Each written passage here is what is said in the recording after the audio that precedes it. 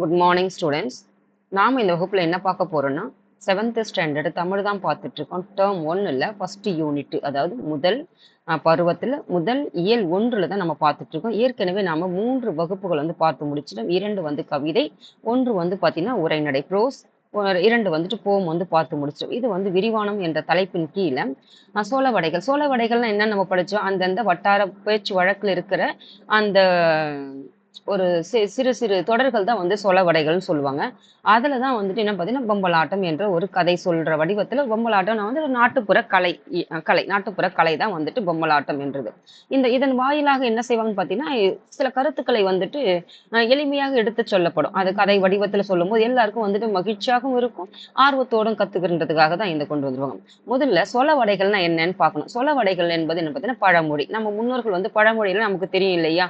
தான் ஆடாவிட்டாலும் தன் தசை ஆடும், அதுக்கப்புறம் அளவுக்கு மீறினால் அமுதமும் நஞ்சும், முயற்சி திருவினையாக்கும், இந்த மாதிரிலாம் நமக்கு பழமொழிகள் தெரியும் இல்லையா? அதே மாதிரிதான் சொலவடைகள்னாலும் அதுக்கு பொருள் என்னன்னு பார்த்தீங்கன்னா பழமொழிகள் அப்படின்றது. பழமொழியை தான் நாம பார்க்க போறோம். பழமொழின்னு பார்த்தீங்கன்னா அதாவது நம்முடைய முன்னோர்கள் இருப்பாங்க இல்லையா?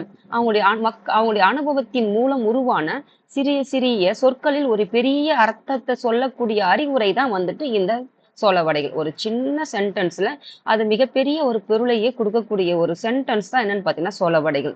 அது எந்த வகையில் நமக்கு சொல்றாங்கன்னு பார்த்தீங்கன்னா ஒரு பொம்மலாட்டம். பொம்மலாட்டம்னா என்னன்னு பார்த்தோம்னா அதாவது இது வந்துட்டு ஒரு நாட்டுப்புற கலை வடிவம். இதெல்லாம் வந்து தற்போது வந்துட்டு அப்படியே கொஞ்சம் கொஞ்சமா ஒரு குறைந்த நிலையில் இருக்கிறது தான் வந்துட்டு. ஏன்னா நம்ம நிறைய என்ன பார்க்குறோம், இப்போ சோசியல் மீடியாஸ்ல எல்லாமே அந்த ரீல்ஸ் நிறைய பார்க்குறோம். ஆனால் இந்த மாதிரி எல்லாம் பார்த்தீங்கன்னா நம்ம டிவி எல்லாம் நம்ம பார்க்கறதுக்கு முன்னாடி அந்த காலகட்டத்தில் இந்த மாதிரி ஒரு அவேர்னஸ், இப்போ ஒரு எந்த ஒரு அவேர்னஸ் வீடியோவாக அதை இப்போ நம்ம எப்படி பார்க்குறோமோ அவேர்னஸாக கொடுக்குறதெல்லாம் அப்போல்லாம் வந்துட்டு இந்த பொம்மலாட்டம் கதை வடிவத்தில் வந்துட்டு மக்களுக்கு எளிமையாக ரீச் ஆகும். அதே மாதிரி பார்த்தீங்கன்னா அவங்களுக்கு வந்து ஆர்வத்தை கொடுக்கக்கூடிய வகையில் கொஞ்சம் ஆர்வத்தோடு பார்ப்பாங்க இல்லையா? அதனால இதெல்லாம் அந்த காலகட்டத்தில் ஒரு நாட்டுப்புற கலை வடிவத்தில் தான் இது ஒன்று.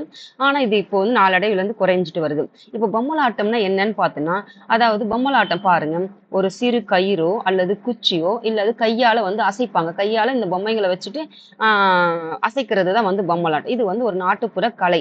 இது மக்களை வந்துட்டு பார்த்தீங்கன்னா ஒரு மகிழ்விக்கக்கூடிய ஒரு கலைன்னு சொல்றேன். ஏன்னா இது இப்போ இந்த குச்சியில் ஒரு ஸ்கிரீன் இருக்கு, ஒரு துணியில வந்துட்டு பார்த்தீங்கன்னா பின்னாடி இருந்து இயக்குவாங்க. பின்னாடி இருந்து ஒளி, அதாவது திரை மறைவில் இருந்துன்னு சொல்லுவாங்களே, அப்ப பின்னாடி இருந்து பார்த்தீங்கன்னா இந்த ஆண் பேசுறதா இருந்தா இதை இருந்து இயக்குற மாதிரியும், ஒரு குழந்தை பேசுறதா இருந்தா இதை வந்து பின்னாடி இருந்து இயக்குவாங்க. இந்த ஸ்கிரீனுக்கு பின்னாடி இருப்பாங்க.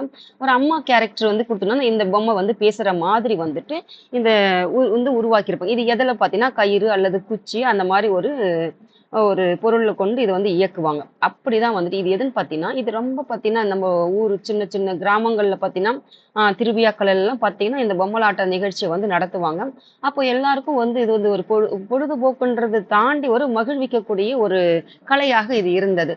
அதே மாதிரி பார்த்தீங்கன்னா ஒரு கருத்துக்களை வந்துட்டு எளிமையாக புரிய வைக்கிறதுக்கும், ஏன்னா ஒரு காட்சி, இப்போ ஒரு அம்மா ஒரு கேரக்டர், ஒரு பையன் கேரக்டர், ஒரு அப்பா கேரக்டர், அப்பெல்லாம் பார்த்தீங்கன்னா என்ன இருக்குதுன்னா அவ்வளவா வந்து டிவி படம் இதெல்லாம் நிறைய போக மாட்டாங்க. உள்ள இருக்கிற கிராமப்புறங்கள் இருக்கிறவங்க எல்லாம் பார்த்தீங்கன்னா இந்த மாதிரி கலை நிகழ்ச்சிகள்லாம் வந்து பார்த்தீங்கன்னா அப்பப்போ வந்துட்டு கிராமப்புறங்கள்ல நடத்துவாங்க. திருவிழாக்கள்ல ஏதோ ஒரு நிகழ்ச்சிகள்லாம் வந்து நடத்துவாங்க.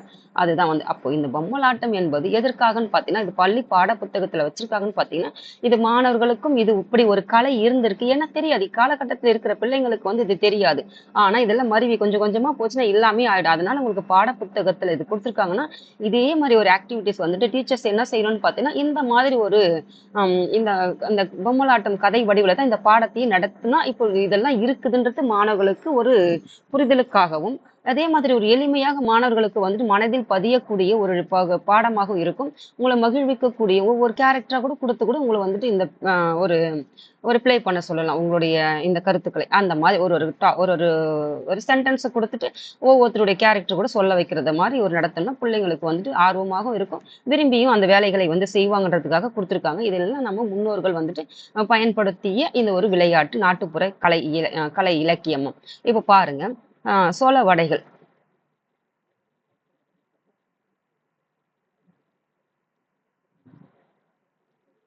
சோள வடைகள்ல நம்ம என்ன படிச்சோம்?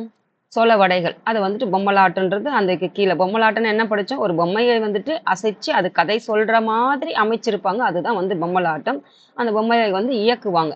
ஆனா சொலவடைகள்னா என்னன்னு பார்த்தீங்கன்னா, நம்ம அதாவது அந்தந்த மக்கள் அங்கங்க இருக்கிறாங்க இல்லையா? அவங்க வாழ்க்கையில அ அந்த முன் அனுபவத்தின் வாயிலாக வாழ்க்கை நெறி, நல்லொழுக்கம், அனுபவ அறிவு, அவங்களுடைய பட்டறிவுன்னு சொல்லுவாங்க. இதனை வந்துட்டு மாணவர்களுக்கு கற்பிக்கிறதுக்காக அதாவது இதனுடைய நோக்கம் என்னன்னு பார்த்தீங்கன்னா, ஒரு சின்ன சென்டென்ஸ் பாருங்க. புண்ணுக்கு மருந்து போட முடியும், பிடிவாதத்திற்கு மருந்து போட முடியும். இது ஒரு எக்ஸாம்பிள் சொல்றேன். ஒரு சின்ன சென்டென்ஸ் தான். ஆனா இது எப்படி இருக்குதுன்னு பார்த்தீங்கன்னா, ஒரு பெரிய அர்த்தத்தையே குடுக்குது. அந்த மாரி வந்துட்டு மாணவர்களுக்கு வந்து எளிமையாக வந்துட்டு இந்த சொல் அடைகள் வாழ்க்கைக்கு வழிகாட்ட அறிவுரைகள் எப்படி நம்ம திருக்குறள் வந்துட்டு வாழ்க்கைக்கு அறிவுறுத்தக்கூடிய உரை கருத்துக்கள்லாம் நெறைய இருக்குது இல்லையா? நூல்கள் வந்துட்டு. அதே மாரி தான் இதுவும் உங்களுக்கு வந்து எளிமையாக இந்த வாழ்க்கைக்கு வழிகாட்டக்கூடிய அறிவுரைகள் தான் வந்துட்டு இந்த சொலவடைகள் அப்படின்றத நீங்க புரிஞ்சுக்கணும். எப்படி நம்ம நீதி நூல்கள், திருக்குறள் போன்ற நீதி நூல்கள்லாம் இருக்குதோ, அதே மாரி தான் இந்த நூலையும் எதுக்கு சொல்றோம்னா, வாழ்க்கைக்கு வழிகாட்டக்கூடிய அறிவுரை நூல்கள் அப்படின்னு சொல்றாங்க. இப்ப பாருங்க. சோளவடைகள். சோளவடைகளுக்கு கீழ இந்த பொம்மலாட்டம் என்ற ஒரு தலைப்பின் கீழ வந்து இந்த பாடத்த வந்து குடுத்துருக்காங்க. சோளவடைகள்னா என்னன்னு முதல்ல நாம தெரிஞ்சுக்கிட்டோம். இப்போ நுழையும் முன் பாருங்க.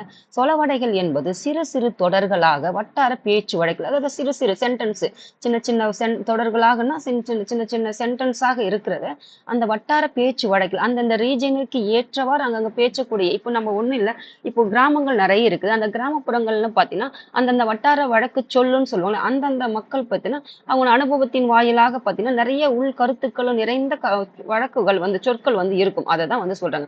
அப்ப வழங்கி வருவது அப்ப அந்த இடத்திற்கு விட இது பார்த்தீங்கன்னா பேச்சு மொழியினுடைய அழகியலையும் பண்பாட்டு கூறுகளையும் கொண்டிருக்கு. எழுத்து மொழி கிடையாது. இது நம்ம பேச்சு மொழியில எப்படி வந்துட்டு நம்ம நாட்டுப்புற கலை இலக்கியங்கள் பார்த்தீங்கன்னா வாய்மொழி இலக்கியங்கள்லாம் நாட்டுப்புற பாடல்கள்லாம் சொல்றேன். அதே மாதிரிதான் இதுவும். இது வந்துட்டு எழுத்து வடிவில கிடையாது. பேச்சு மொழி நம்ம பேசக்கூடிய அந்த மொழியினுடைய அழகில் இதை சொல்லும் போது பார்த்தீங்கன்னா ஒரு அழகிய ஒரு ஒரு அழகிய அழகுணர்ச்சி இருக்கும். அதே மாதிரி பார்த்தீங்கன்னா அந்தந்த பகுதி அந்த மக்களுடைய பண்பாட்டு கூறுகளையும் கொண்டதாக தான் இந்த சொலவடைகள் வந்து இருக்குன்னு சொல்றாங்க. அப்ப கூறுகளை பொருட்செறிவு மிக்க அதாவது இன்னும் நிறைய பொருள்னா என்னது நிறைய மீனிங் கொடுக்கக்கூடிய அந்த அளவுக்கு செறிவு மிக்க சொலவடைகள் நாட்டுப்புற மக்கள் தம் பேச்சில் இயல்பாக பயன்படுத்துறாங்க. எப்படி நம்ம படிச்சு படிச்சு மாங்கன்னு ஒண்ணு விஷயத்த வந்துட்டு படிக்கிறதுக்கு அவ்வளவு கஷ்டப்படுறோமோ, ஆனா வந்துட்டு இவங்க அந்த அனுபவத்தின் வாயிலாக அந்த சின்ன சின்ன சொற்களை வந்துட்டு அவங்க அந்த இயல்பாக அவங்க வந்து பயன்படுத்துறாங்க. அதுல அந்த அந்த அளவுக்கு பொருள் செறிவு மிக்க கருத்துக்கள் வந்துட்டு இந்த சொலவடைகள் வந்து நாட்டுப்புற மக்கள் வந்து கையாளுறாங்க தன்னுடைய பேச்சிலேயே அப்படின்ட்டு சொல்றாங்க. ஒண்ணும் இல்ல ஒரு பகுதியில ஒரு கிராமத்துல ஒரு தாத்தா பாட்டியோ அந்த ஊர் மக்களோ இருக்காங்கன்னா ஒரு நல்ல கருத்துக்கள் வந்து அவங்க சாதாரணமா புழக்கத்தில் இருக்கிற வார்த்தையாக அவங்க பயன்படுத்துறாங்க. அதுதான் வந்து சொல்றாங்க. அப்ப தம்முடைய பேச்சில் இயல்பாக பயன்படுத்துறாங்க இந்த நாட்டுப்புற மக்கள் அப்படின்றாங்க. இவ்வாறு பயன்படுத்துவது தொன்மை வாழ்ந்த மொழிகளுக்கே உரிய தனி சிறப்பு. இந்த மாதிரி பயன்படுத்துறது ஒரு பழமை மிக்க மொழிக்கு தான் அது தனிச்சிறப்பே வந்து எல்லா மொழிக்கும் கிடைக்காது. இப்போ ஒரு புதுசா ஒரு மொழி இருக்குது.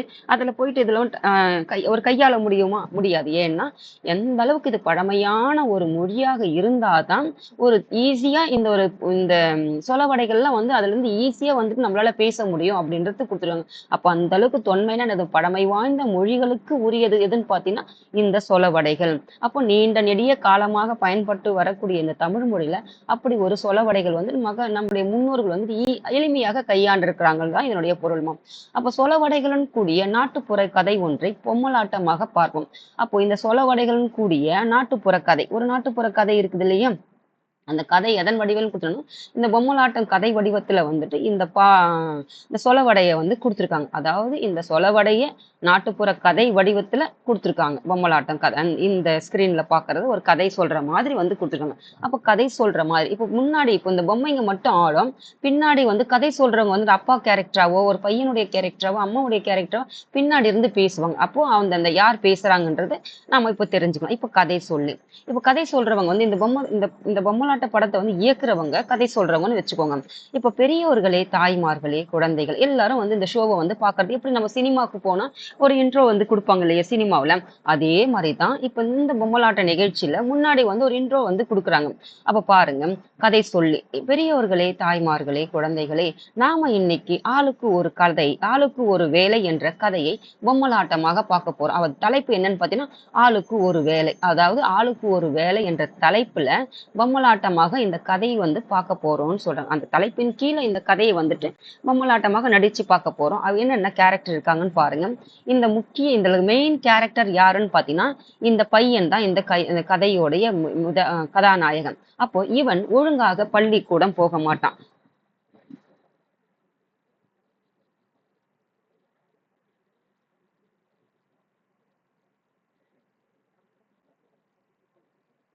அதாவது இந்த கதையோடைய இங்க தீமும் சொல்லிடுறோமா, இந்த கதையோடைய மைய கருத்து என்னன்னு பார்த்தீங்கன்னா, இந்த பையன் தான் முதன்மை கதாநாயகன்.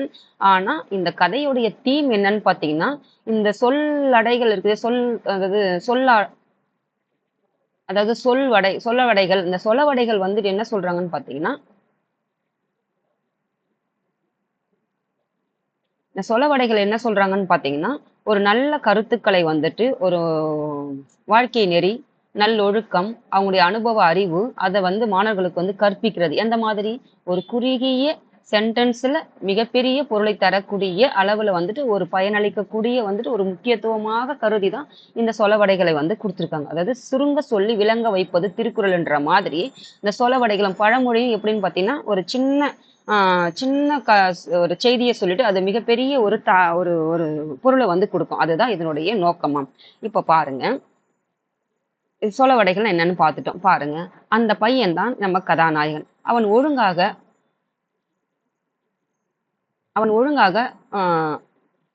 பள்ளிக்கூடம் போகாம ஊரை சுத்திக்கிட்டு வருவான். அப்போ இந்த பையன் தான் இந்த கதையோட கதாநாயகன். ஹீரோ யார்? நம்ம ஒரு படம் பார்க்குறோம், அதுல ஹீரோ யாரு, ஹீரோயின் யாருன்னு பார்க்கலையா? அதே மாதிரிதான் இந்த கதையில வந்து 3 கேரக்டர் வந்து இப்போதைக்கு கொடுத்துருப்பாங்க. அதுக்கப்புறம் மற்ற கேரக்டர்களும் வரும், ஒரு பூச்சி அந்த மாதிரிலாம் வரும், அதையும் நம்ம பார்ப்போம். இப்போ இருக்குது முதன்மையான கேரக்டர் யாருன்னு பார்த்தீங்கன்னா, அந்த பையனோட அப்பா அம்மா வருவாங்க. அப்ப இவன் ஒழுங்காக பள்ளிக்கூடம் போகாம ஊரை சுத்திக்கிட்டு வருவான். அவங்க அம்மா எவ்வளவோ சொல்லியும் அவன் கேட்கல. புண்ணுக்கு அவங்க அம்மா எவ்வளவோ சொல்றாங்க அவனை பள்ளிக்கூடம் போக சொல்றதுக்கு, ஆனாலும் அவன் கேட்கல.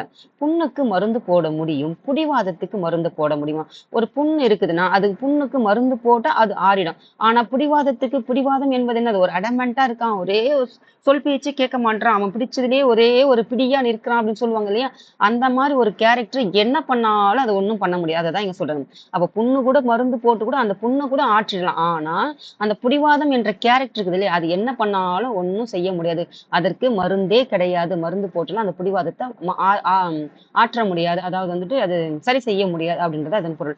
அவனோட பிடிவாதத்தை யாராலும் மாத்த முடியல அப்படின்றதுதான் இதனுடைய பொருள். இது ஒரு நாள் அப்பா பையனை கூப்பிடுறாரு. அப்ப அம்மா எவ்வளவு சொல்லியும் கேட்கல, அப்பா வந்து கூப்பிடுறாரு. இப்ப அப்பாவுடைய கேரக்டர் இங்க வந்திருக்கு. அப்பா சொல்றாரு, அணை உடைஞ்சு போன வெள்ளம் அழுதாலும் வராது. இப்போ ஒரு டேம் இருக்குது. இருக்குதுன்னா, இங்க ஒரு ஆறு இருக்குது. ஆறுக்கு குறுக்கே வந்து டேம் கட்டுறாங்க. இந்த டேம் வந்து உடைஞ்சிடுச்சுன்னா, அந்த நீர் வந்து போயிடுச்சு. நீ எவ்வளவுதான் இந்த நீர் நல்லா தேக்கி வச்சிருந்த, இது உடைஞ்சிடுச்சு, தண்ணி போயிடுச்சு. அப்ப நீ எவ்வளவுதான் அழுதாலும் இந்த பக்கம் இருந்து நீர் வருமா? வராது. அதுதான் சொல்றாங்க. அணை உடைஞ்சு போயிடுச்சு. நீ எவ்வளவுதான் அழுந்தாலும் உடைஞ்சு போன வெள்ளம் திரும்ப வருமா? ஒரு நீர் போயிடுச்சு, அது திரும்ப வராது இல்லையா? அததான் சொல்றாங்க. நீ எவ்வளவுதான் அழுதாலும் அது திரும்ப வராது. இப்ப நீ சரியா படிக்கலைன்னா வாழ்க்கையில முன்னேற முடியாது. ஒழுங்கா பள்ளிக்கூடம் போய் படிக்கிற வேலையை பாரு. அதாவது போனது போனதுதான். உன் வயசு கூட போனா போயிடுச்சு. அது திரும்ப வரவே வராது. எவ்வளவுதான் நீ அழுது பிறந்தாலும் இப்ப ஒண்ணும் இல்ல. இந்த நொடி நீ இருக்கிற. இப்போ இந்த செகண்ட் நீ போயிடுச்சு, இது வீணா போயிடுச்சுன்னே வச்சுக்கோங்க. அப்போ இந்த ஒரு செகண்ட், ஒரு புள்ளி அளவுக்கு ஒரு செகண்ட் போயிடுச்சுன்னா, நீ எவ்வளவுதான் அழுது புரண்டாலும் அந்த நிமிடம், அந்த நொடி வருமா? வராது. அதே மாதிரிதான் இது உங்களுடைய உள்ள அர்த்தம் இதுதான். நீ எவ்வளவுதான் அந்த அணை உடைஞ்சு போயிட்டாலும் அது திரும்ப நீ எவ்வளவுதான் கதறினாலும் கத்தனாலும் அழுதாலும் அழுது புரண்டாலும் அது திரும்ப வராது. அதே மாதிரிதான் இந்த நிமிடத்தை, இந்த நொடியை நீ எவ்வளவு வீணாக்கினாலும் அது நீ எவ்வளவுதான் அழுதாலும் புரண்டாலும் அந்த நொடி உங்களுக்கு திரும்ப கிடைக்காது. அதனாலதான் காற்றுள்ள போதே தூற்றிக்கொள்னு சொல்லுவோம். அந்தந்த நேரத்திற்கு ஏற்றவாறு அந்த பயன்படுத்திக்கணும். அதே மாதிரிதான் உங்களுடைய வயது அந்தந்த பருவத்தே பயிர் செய்யும் சொல்லுவாங்க, காலத்தே பயிர் செய்யும் சொல்லுவாங்க. இதெல்லாம் காலம் பருவம் எல்லாம் ஒண்ணுதானே. அதெல்லாம் என்னன்னு பார்த்தீங்கன்னா திரும்ப வராததுதான் இதனுடைய ஒரு முக்கியமாக கருதி சொல்லியிருப்பாங்க. இதுதான் வந்து பழமொழிகள்.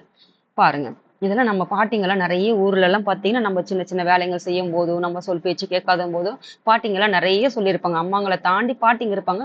அப்படி பாட்டிங்கன்னா, நம்ம கொள்ளு பாட்டி இந்த மாரி சொல்லுவாங்கல்ல, பாட்டன், முப்பாட்டன் இந்த மாதிரி வந்துட்டு இதெல்லாம் பாருங்க. இதெல்லாம் தெரிஞ்சுக்கணும். இப்ப நமக்கு அம்மா தெரியும், அப்பா தெரியும். அப்பாவுக்கு அம்மா, பாட்டி, தாத்தான்னு தெரியும். அதுக்கு முன்னோடி முப்பாட்டன், பாட்டன் இப்படியெல்லாம் சொல்லுவாங்க. பூட்டன் இப்படிலாம் சொல்லுவாங்க. இந்த வரிசையெல்லாம் நமக்கு தெரியாது. இதெல்லாம் நம்ம என்ன செஞ்சுக்கணும்? தெரிஞ்சு கத்துக்கணும். ஏன்னா, இது எல்லாம் இப்ப காலத்துல வந்து கிடையவே கிடையாது. ஏன்னா, அந்த வயசு வரைக்கும் பெரும்பாலும் இல்லவும் இல்ல வேற முக்கியமா. அவங்கலாம் இருந்தாங்கன்னா, இந்த மாதிரி சொற்கள்ல நெறைய பயன்படுத்தியிருப்பாங்க. கிராமப்புறங்கள்ல இருந்த பிள்ளைங்க யாராவது இருக்கீங்கன்னா, சில பாட்டிங்கலாம் இருப்பாங்க. அவங்க கிட்டலாம் கேட்டு இந்த மாரிலாம் கதைங்க சும்மா இருக்கும்போது, அவங்க கிட்டலாம் பேச்சு குடுத்து பாருங்க. அவ்ளோ விஷயங்கள்லாம் நமக்கு சொல்லுவாங்க. பார்த்து கத்துக்கோங்கம்மா. பாருங்க. இப்ப அவங்க கிட்ட நல்ல ஒரு ஒரு ஃபன்னா ஒரு ஜாலியா அவங்க கிட்ட ஒரு பேச்சு குடுத்து பாருங்க. அவ்ளோ விஷயம் அவங்க கிட்ட வந்துட்டு அவ்ளோ ஒரு மகிழ்ச்சியா ஒரு நல்ல ஒரு சிரிச்சுக்கிட்டு அவ்ளோ விஷயங்கள் வந்து அவங்க நம்ம கேட்க கேட்க அவ்வளோ சொல்லுவாங்க. இதெல்லாம் நம்ம பேசி பழகுனா தான் தெரியும். பாருங்க. இப்ப நீ சரியா படிக்கலன்னா வாழ்க்கையில முன்னேறவே முடியாது. ஒழுங்கா பள்ளிக்கூடம் போய் படிக்கிற வேலைய பாருன்னு அப்பா சொல்றாரு. பையன் சொல்றான், படிக்கிறதெல்லாம் எனக்கு பிடிக்காது. அவருக்கு இதெல்லாம் படிக்கிறதெல்லாம் பிடிக்காது. இப்ப நான் பரவாயில்லம்மா பசங்கள்லாம் ஸ்கூலுக்கு ஓரளவுக்கு போறாங்க. ஆனா, இப்போ நான் எங்களுடைய வயசுலலாம் பார்த்தீங்கன்னா, பாதி பசங்க ஊர்ல பார்த்தீங்கன்னா, ஸ்கூலுக்கே போக மாட்டாங்க. அந்த ஒரு பழக்கமே வரவே வராது. ஏன்னா, அவங்களுக்கு அந்த விளையாடி, அப்படியே இருந்து இருந்து வேலை செஞ்சு, அப்பா, அம்மா கூட வேலைக்கு போறது, வயலுக்கு போறது, அவங்க வேலைக்கு செய்ற இடத்துக்கு போறது, அவங்க கூட உதவி செய்றது. இப்போ பார்த்தீங்கன்னா, எல்லாம் அப்படியே ஆப்போசிட்டா மாறி போச்சு. இப்போ வந்துட்டு பசங்க வந்துட்டு படிப்பாங்க, ஆனா வேலை செய்ய மாட்டாங்க. அப்போ வந்துட்டு வேலை செய்வாங்க, பசங்க படிக்க போக மாட்டாங்க. இதுதான் வந்துட்டு இப்ப இருக்கிறது மாறி இருக்கு. தலைகீழா மாறி இருக்குது இதுதான். அப்ப படிக்கிறதெல்லாம் அப்ப வந்து பிடிக்காது. நெறைய பிள்ளைங்க வேலை செய்வாங்க, ஆனா படிக்கிறது பிடிக்காது. மாடு மேய்க்கிறது, ஆடு மேய்க்கிறது, இந்த மாரி நெறைய வேலைகள்லாம் பிடிக்கும். அப்பா, அம்மா கூட போய் செய்யறது, அதெல்லாம் அவங்களுக்கு நல்லா ஜாலியா அப்படியே நீர்ல குளிக்கிறது, குளத்துல போயிட்டு மாடு குளிப்பாட்ட இந்த மாரி வேலைகள்லாம் பார்த்தீங்கன்னா, நம்ம படத்துலலாம் பாருங்க, அந்த மாரி வேலைகள்லாம் ஒரு நெறைய பசங்க கூட இந்த பசங்க படமா என்னன்னு தெரியலம்மா. பள்ளிக்கூடமா, பசங்களான்னு தெரியல. இந்த மாரி படம்லாம் பாருங்க. நெறைய பசங்களோட ரிலேட்டடா இருக்கிற படத்தெல்லாம் பார்த்தீங்கன்னா, ஒரு நல்ல ஒரு உங்களுக்கு ஒரு ஒரு என்ன சொல்றது? ஒரு விஷயங்கள கத்துப்பீங்க. அவ்வளோதான். பாருங்க. இப்ப பாருங்க. கதை சொல். இப்போ கதை சொல்லினா அந்த பொம்மலாட்டம் சொல்றது. அப்போ விளைச்சலுக்கு வெள்ளாட்டுக்கும் ஜென்ம பகைங்கிற மாதிரி இந்த பழக்கிட்ட போராடி தான் படிக்க வைக்கணும். அதாவது விளைச்சல்னா என்னதுன்னா, நம்ம விளைஞ்சு வரக்கூடிய நெல் பயிர்ன்னு வச்சுக்கோங்க. ஏதோ ஒரு பயிர். நல்லா விளைஞ்சு அறுவடைக்கு இருக்கிறதோ, இல்லாட்டி ஒரு விளையக்கூடிய பயிர் வகையோ, ஏதோ ஒரு பயிர் வகை. அப்போ இது எது பார்த்தீங்கன்னா, இந்த வெள்ளாடு வந்து அத மேய்ஞ்சிருமா? அப்போ இது 2த்துக்கும் ஜென்ம பகை தானே. பயிர் வந்து நம்ம உற்பத்தி பண்றோம். அத வந்துட்டு அதாவது திறந்து விட்டது மாதிரி இந்த வெள்ளாடு மந்தைங்கள்லாம் இருந்துச்சுன்னா வந்து இறங்கிடுச்சுன்னா, அப்போ அதுக்கும் ஜென்ம பகை தானே. அதான் சொல்றாங்க. சென்ம பகை என்பது ஜென்ம பகை. உனக்கு எனக்கு ஜென்ம பகைன்னு பேச்சு வழக்குலாம் சொல்றாங்க இல்லையா? அதுதான். அப்போ இந்த விளைச்சலுக்கும் விளையக்கூடிய விளைச்சலுக்கும் வெள்ளாடு செம்மறி ஆடெல்லாம் படிச்சு பார்த்திருப்போம் இல்லையா? அதுதான். இந்த வெள்ளாட்டிற்கும் ஜென்ம பகைங்கிற மாதிரி இந்த பையன்கிட்ட போராடி தான் படிக்க வைக்கணும். அப்ப இது 2த்துக்கிட்ட எப்படி இந்த வெள்ளாட்டுக்கிட்ட இருந்து இந்த விளைச்சக்கூடிய விளைச்சல் வந்துட்டு போராடி ஜெயிச்சு அந்த அறுவடைக்கு வந்து அதை அறுவடை பண்ணாதான் அந்த விவசாயிக்கு வந்து போராடி எடுக்க முடியுது ஒரு விளைச்சலை வெள்ளாடு கிட்ட இருந்து காப்பாத்தி அதே மாதிரிதான் இந்த பையன்கிட்ட பிடிவாதத்தை பிடிக்கிறதுனால இவங்கிட்ட போராடி தான் இவனை படிக்க வைக்கணும். ஏன்னா என்ன சொன்னாலும் கேட்க மாட்டேங்கிறான் அப்படின்ற ஒரு பொருள்ல தான் இது கொடுத்துருக்காங்க. எறும்பு ஊற ஊற கல்லும் தேயுங்கிற மாதிரி இவனை கொஞ்சம் கொஞ்சமா தான் மாத்தணும் நினைக்கிறாரு அவங்க அப்பா. பொறுமையா அறிவுரை சொல்றாரு. ஆனா அப்பவும் அவன் கேட்கவே இல்லைன்றாங்க. எவ்வளவு சொல்றது? ஒரு பிடிவாதத்துக்கு ஒண்ணுமே பண்ண முடியாது. இந்த மாதிரி கேஸுங்களெல்லாம் ஒண்ணுமே செய்ய முடியாது. எறும்பு ஊற ஊற இப்போ ஒரு பெரிய பாறை இருக்குதுன்னே வச்சுக்கோங்கம்மா. இந்த பாறையே அப்படியே இருக்குது. நீங்க ஒண்ணும் இல்ல மழை நீர் கூட பாத்தீங்கன்னா, இந்த மழை பெஞ்சு அந்த கல்லையே தேய்ச்சு வச்சிருக்கும். அதே மாதிரிதான் எறும்பு கொஞ்சம் மெல்லமா இந்த டெய்லி இந்த எறும்பு இதுல ஊறி ஊறி என்ன செஞ்சுன்னா, இப்படிப்பட்ட கல்ல கூட கரைக்கும்னு சொல்லுவாங்க இல்லையா? அதே மாதிரிதான் இந்த கல்லு என்ன செய்யுது?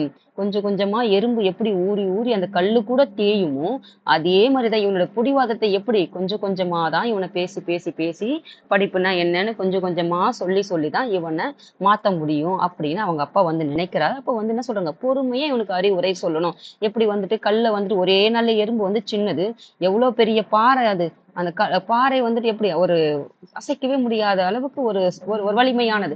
அத வந்துட்டு ஒரு சிறிய எறும்பே வந்துட்டு கொஞ்சம் கொஞ்சமா அது ஊர்ந்து ஊர்ந்து ஊர்ந்து ஊர்ந்து போயிட்டு அது தினமும் ஊர்ந்து போச்சுன்னா அதனுடைய பொறுமையால அது தினமும் மெல்லமா ஊர்ந்து போகுது. அந்த பாறை கூட தேயுது இல்லையா? அதாவது கரைத்தால் கல்லும் கரையும்னு சொல்லுவாங்க இல்லையா? அதே மாதிரிதான். அதே மாதிரி இந்த கல்லு ஒரு எறும்பு ஊற ஊற கல்லு கூட தேயுங்கிற மாதிரி இவனை கொஞ்சம் கொஞ்சமா பொறுமையா சொல்லி இவனை மாத்தணும் படிப்புங்கிற விஷயத்த பத்தி அப்படின்னு அவங்க அப்பா வந்து சொல்றாரு. அப்ப பையன் பாரு, போப்பா பள்ளிக்கூடம் போற வேலையெல்லாம் எனக்கு ஒத்தே வராது அப்படின்னு சொல்லிட்டு அப்பா வந்து அப்பவும் அவனை கேட்கல. அதுக்கப்புறம் பாருங்க கதை சொல்லி. அப்பாவுக்கு கோபம் வருது. இப்ப அப்பா கேரக்டர். அப்பாவுக்கு கோபம் வருது. சத்தம் போடுறாரு. சத்தம் கேட்டு அம்மா வெளியே வராங்க. அந்த கதை சொல்லி இருக்குது இல்லையா? அது வந்து அப்பா வந்துட்டு கோபம் வருது. எல்லாருக்கும் ஒரு கதை சொல்றவங்க வந்துட்டு. ம் அப்பாவுக்கு கோபம் வருது. அப்பா சத்தம் போடுறாரு. அந்த சத்தத்த கேட்டு அம்மா வந்து வெளியே வராங்க. இப்ப அம்மா வராங்க. "அம்மா, கண்ணு, ராஜா, செல்லம்" அப்படின்னு சொல்லிட்டு அம்மா சொல்லுவாங்க இல்லையா? அததான் சொல்றாங்க. "ராசா, உழைக்கிற மாடு தான் ஊருக்குள்ள விலை போகும். நீ படிக்கலைன்னா ஊர்ல ஒருத்தரும் மதிக்க மாட்டாங்க. அதனால நீ பள்ளிக்கூடம் போய் நல்லா படிச்சுக்கோ" அப்படின்னு சொல்றாங்க. இதெல்லாம் பேச்சு வழக்குல நம்ம பேசக்கூடிய கொஞ்சம் கிராமப்புறங்கள் நம்ம பேசுற மொழிகள்ல கொடுத்துருக்குது. அப்போ உழைக்கிற மாடு தான் ஊருக்குள்ள விலை போகும். நம்ம படிச்சிருப்போம்ல, சந்தையெல்லாம் இருக்கணும். உழவர் சந்தையெல்லாம் நம்ம பார்த்திருப்போம். உழவர் சந்தையில எல்லாம் பார்த்தீங்கன்னா மாடு, ஆடு, நாய், கோழி, பூனை என்னெல்லாம் இருக்குது, காய்கறி எல்லாமே எங்க வரும்? சந்தைக்கு வரும். அப்போ இங்க ஊர்ல வந்துட்டு நல்லா உழைக்கிற மாடுன்னு பார்த்தீங்கன்னா, விவசாயத்துல பயன்படுத்துற காளை மாடோ, பசு மாடோ, நல்ல கறவல் மாடு தான் ஊர்ல விலை போகும். அதே மாரி நல்லா விவசாயத்துல அதாவது உழைக்கிற மாடு, அதாவது ஏர் ஓட்டும். அதுக்கப்புறம் பார்த்தீங்கன்னா, வேற என்ன சொல்றது? அந்த நெல்லெல்லாம் வந்து பார்த்தீங்கன்னா, சுத்தி இந்த நெல்லு தெரியல என்ன சொல்றதுன்னு. அந்த நெல் விளைச்சல் எல்லாம் அதெல்லாம் வந்து பயன்பாட்டுக்கு வந்து மாடுகளை வந்து பயன்படுத்துப்பாங்க. அப்ப நல்லா உழைக்கிற மாடுனா, இந்த மாடு நல்லா உழைக்குதுப்பா அப்படின்னு சொல்லிட்டு யாராவது வாங்கிப்பாங்க. ஆனா, அந்த மாடு எதுவுமே உழைக்கலன்னா, அது என்ன செய்வாங்கன்னு பார்த்தீங்கன்னா, அந்த ஊர்ல இருக்கிற சந்தையில கொண்டு போய் தான் அத வித்துருவாங்க. அது எப்படியோ ஒண்ணு பேசி ஏமாத்தி அப்படிதான் விப்பாங்க. அதே மாரி தான் நீ படிக்கலன்னா, உன்ன ஒருத்தர் கூட மதிக்க மாட்டாங்க. நீ படிச்சா தான் இந்த ஊர்ல உனக்கு ஒரு மதிப்பு இருக்கும் அப்படின்றது தான். அதனால தான் இங்க சொல்றேன் நானு. அதாவது சோம்பேறித்தனமா ஒரு பசங்க நம்ம படிக்கிறாங்க. நெறைய பேர் நான் இப்ப பார்க்குறேன். இந்த பசங்கள வந்துட்டு அதாவது ஒரு ஸ்கில்ஸ வந்து ஸ்கூல்ல முடிச்சுட்டு அதாவது ஸ்கூல் கூடவே நம்ம சேர்ந்து வந்து ஸ்கில்ஸையும் டெவலப் பண்ணிக்கிட்டா, அவன் போயிட்டு அவன் அவன் வெளிய வரும்போது ஒரு வேலையோட வெளிய வருவான். ஆனா, அத ஸ்கூல்ல கத்துக்காம, அவன் வந்து அந்த ஸ்கூல்ல அந்த சர்டிஃபிகேட்ட மட்டும் முடிச்சு வச்சுக்கிட்டு அவன் வேலை தேடுனா அவன் கிடைக்கவே கிடைக்காது. அப்போ சில பேரண்ட்ஸ் என்ன பண்ணுவாங்கன்னா, ஒரு டியூரேஷன் டைம் குடுத்தாங்கன்னா, அதுல வந்து உன் ஸ்கில்ஸ டெவலப் பண்ணிட்டு, பிளஸ் உன் சர்டிஃபிகேட்ட வச்சு ஒரு வேலைக்கு போன்னு சொல்றாங்கன்னா, அதுல சில பேர் போயிடுவாங்க. ஆனா, சில பசங்க இருக்காங்க பாருங்க. அந்த டைமையே என்ன செய்வாங்கன்னு பார்த்தீங்கன்னா, ஒரு 6 மாதம்ன்றத 1 வருடமோ, 1 வருடம்ன்றது 2 வருடமோ ஆக்கிட்டாங்கன்னா, அவங்க அந்த சோம்பேறித்தனம் என்பது அப்படியே அவங்களோட ரெகுலர் ஆக்டிவிட்டீஸா மாறிடுச்சுன்னா, அவங்கள நீங்க புடிச்சு தள்ளுனீங்கன்னா கூட வேலைக்கு போ மாட்டான். ஏன்னா, அவனுக்கு அந்த நாள் அந்த 2 வருடமோ, 1 வருடம் அந்த டியூரேஷன் பார்த்தீங்கன்னா, அவன மிகப்பெரிய ஒரு சோம்பேறித்தனமா ஆக்கியிருக்கும். அதனால பெத்தவங்க வந்து பார்த்தீங்கன்னா, அவன் படிச்சு முடிச்சான்னா, மேற்கொண்டு அவன் அப்படியே அவன் ஒரு நல்லா அவன் அவன் நம்பிக்கை இருக்குதுன்னா, அவனுக்கு ஒரு டைம் குடுங்க. அது நம்பிக்கையே இல்லன்னா, அந்த பையன என்ன செய்யுங்க, புள்ளையோ, பொண்ணோ யாரா இருந்தாலும் சரி, என்ன செய்றீங்கன்னு பார்த்தீங்கன்னா, "நீ படிச்சுக்கிட்டே, நீ வேலைக்கு போய்க்கிட்டே நீ படி" அப்படின்னு குடுத்தீங்கன்னு வச்சுக்கோங்க, அப்போ அந்த சோம்பேறித்தனம் இருக்காது. இன்னும் அந்த உழைக்கக்கூடிய அந்த டைம வந்து பார்த்தீங்கன்னா, அவங்க அதிகப்படுத்துவாங்க. ஆனா, நீங்க படிச்சு நீங்க 24 மணி நேரத்த நீங்க படிக்கிறதுக்கு குடுத்தா, மிஞ்சி போனா 1 மணி நேரம் கூட அவங்க படிக்க மாட்டாங்க. அத விட நீங்க ஒரு வேலைக்கு போயிட்டே குடுத்து பாருங்க, அந்த வேலைய வந்து அந்த டைம வந்து அவங்க எப்படி வந்துட்டு யுட்டிலைஸ் பண்றாங்கன்னு சொல்லிட்டு. அது வந்து சோம்பேறித்தனத்துக்கு மிகப்பெரிய வழிவகுக்கக்கூடியது எதுன்னு பார்த்தீங்கன்னா, இந்த காலங்கள்ல தான். இதெல்லாம் கொஞ்சம் நம்ம சரி பண்ணிட்டோம்னா, பசங்க வந்து சோம்பேறியா ஆகாம இருக்கிறதுக்கான ஒரு வழியாக இருக்குன்றது நான் நான் சொல்றேன்ம்மா. இப்ப பாருங்க, உழைக்கிற மாடு தான் ஊருக்குள்ள விலை போகும். இதெல்லாம் நம்ம படிச்சிட்டோம். அதே மாரி இப்ப அந்த கதை சொல்லி பாருங்க. அடைமழை விட்டாலும் செடி மழை விடாதுங்கிற மாதிரி, அப்பா விட்டாலும் அம்மா விடமாட்டாங்க போல இருக்குன்னு நெனச்சு, பையன் பள்ளிக்கூடத்துக்கு போறான். அதாவது வந்துட்டு அடைமழை. அடைமழைன்னா அதாவது அதிக மழை. அதாவது கனமழைன்னு சொல்லுவோம். அதிக மழை வந்துட்டு மழை கொட்டுன்னு கொட்டிடுச்சு. கொட்டிட்டு விட்டுடுச்சு. கொட்டி மழை கொட்டு கொட்டுன்னு கொட்டி விட்டுடுச்சு. நம்ம ஒரு மரமோ, ஒரு செடியோ, கொடியோ எங்கேயோ போய் ஒரு நிக்கிறோன்னு பார்த்தீங்கன்னா, அந்த செடிய சும்மா அப்படியே அசைக்கி பாருங்க. அதுலருந்து அப்படியே மழை கொட்டும். அததான் சொல்றாங்க. மழையே விட்டுடுச்சு. ஆனா இந்த செடி மழை விடாது அப்படின்ற மாதிரி, அப்பா வந்துட்டு இந்த மழை கூடயும், அம்மா வந்துட்டு செடி மழை கூடயும் வந்துட்டு போலன்னா கம்பேரிங் பண்றாங்க. அதாவது வந்துட்டு உவமை பண்றாங்க. ஆ அந்த மாரி போலன்னா உவமை தானே சொல்லுவாங்க. அதுதான் வந்துட்டு அப்பா வந்துட்டு அடைமழை மாதிரியும், அம்மா வந்துட்டு செடிமழை மாதிரியும் விட மாட்டேங்கிறாங்க. மழையே பேஞ்சு விட்டுச்சு. ஆனா அந்த செடியில இருக்கிற மழை நீர் போகல பாத்தியா? அந்த மாரி ஒரு தொந்தரவு. மழை விட்டுடுச்சுன்னு போலான்னு பார்த்தா, இந்த செடியில இருக்கிற மழையெல்லாம் கொட்டிக்கிட்டே இருக்குது. ஒரு வழி முழுக்க நீங்க ஒரு பாதையில போறீங்க. வழி அந்த ரோடு முழுவதும், சாலை முழுவதும் உங்களுக்கு செடி, மரம் இருந்துட்டே இருக்குது. அதுலருந்து தூறல் கொட்டிட்டே இருந்துச்சுன்னா, அப்ப மழை விட்டால் நல்ல கனமழை பெஞ்சுட்டு, அப்ப அந்த செடியிலிருந்து மழை பொழிஞ்சுட்டே இருந்தா, அது ஒரு தொல்லையா தானே இருக்கும். அதே மாரி தான். அப்போ அடைமழைய விட்டாலும், செடி மழை விடலங்கிற மாதிரி, அப்பா விட்டாலும் அம்மா விடலையே அப்படின்னு நெனச்சுட்டு பையன் வந்து என்ன செய்றான்? பள்ளிக்கூடத்துக்கு போக ஆரம்பிக்கிறான். அவனுக்கு படிக்கவே பிடிக்கல. ஆனாலும் போறான். விடுறதுனால. அப்போ நினைச்சுதான் கழுதை எடுத்துதான் ஓட்டங்கிற மாதிரி பள்ளிக்கூடத்தை விட்டு ஓட்டம் பிடிக்கிறான். அதாவது நினைச்சுதான் கழுதை எடுத்துச்சான் ஓட்டம். அதாவது கழுதை பாத்தீங்கன்னா விட்டா போதும். ஏன்னா அது பொதி சுமந்து சுமந்து சுமந்து சுமந்து என்ன இருக்கும் அது? அது எப்படா விடுவாங்கன்னு பாரும். அது ஏன்னா அந்த அளவுக்கு பொதி சுமக்கு. இப்பதான் நம்ம வண்டி, காரு எத்தனையோ வாகன வசதிகள்லாம் நமக்கு இருக்குது. ஆனா ஒரு காலகட்டத்துக்கு முன்னாடி பாத்தீங்கன்னா இந்த கழுதை மேல வந்துட்டு நான் அவ்வளோ வந்து பாத்தீங்கன்னா பொதிய சுமக்க வச்சுதான் இப்ப நீங்க இப்ப கூட போய் பாருங்க. இந்த மலை பிரதேசங்கள்ல இருக்கிற மக்கள் நம்ம எவ்வளவு வசதி வாய்ப்போட பாக்குறீங்கன்றது இப்ப உங்களுக்கு தெரியும். மலை பிரதேசங்கள்ல மலைப்பகுதிகள்ல இருக்கிற நீங்க நீங்க இப்போ மேற்கு தொடர்ச்சி மலை, கிழக்கு தொடர்ச்சி மலையே எடுத்துக்கோங்க. உங்களுக்கு அது அந்த வீடியோஸ்லாம் நான் குடுக்குறேன்ம்மா. அந்த மலையே எடுத்துக்கோங்க.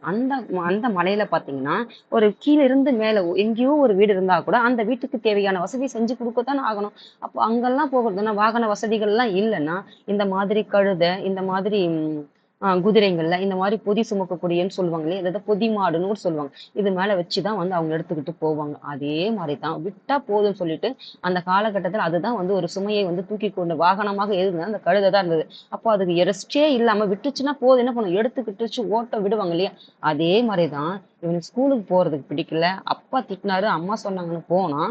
ஆனா ஸ்கூல் பெல் அடிச்ச உடனே நாம கூட பள்ளியிலிருந்து ஓடி வரும் இல்லையா? அதுதான். மாதிரி பள்ளிக்கூடத்தை விட்டு ஓட்டம் பிடிக்கிறான். விளையாட யாராவது கிடைப்பாங்கன்னா ஆள் தேடுறான். அப்போ எறும்பு ஒண்ணு போய்கிட்டு இருக்கு.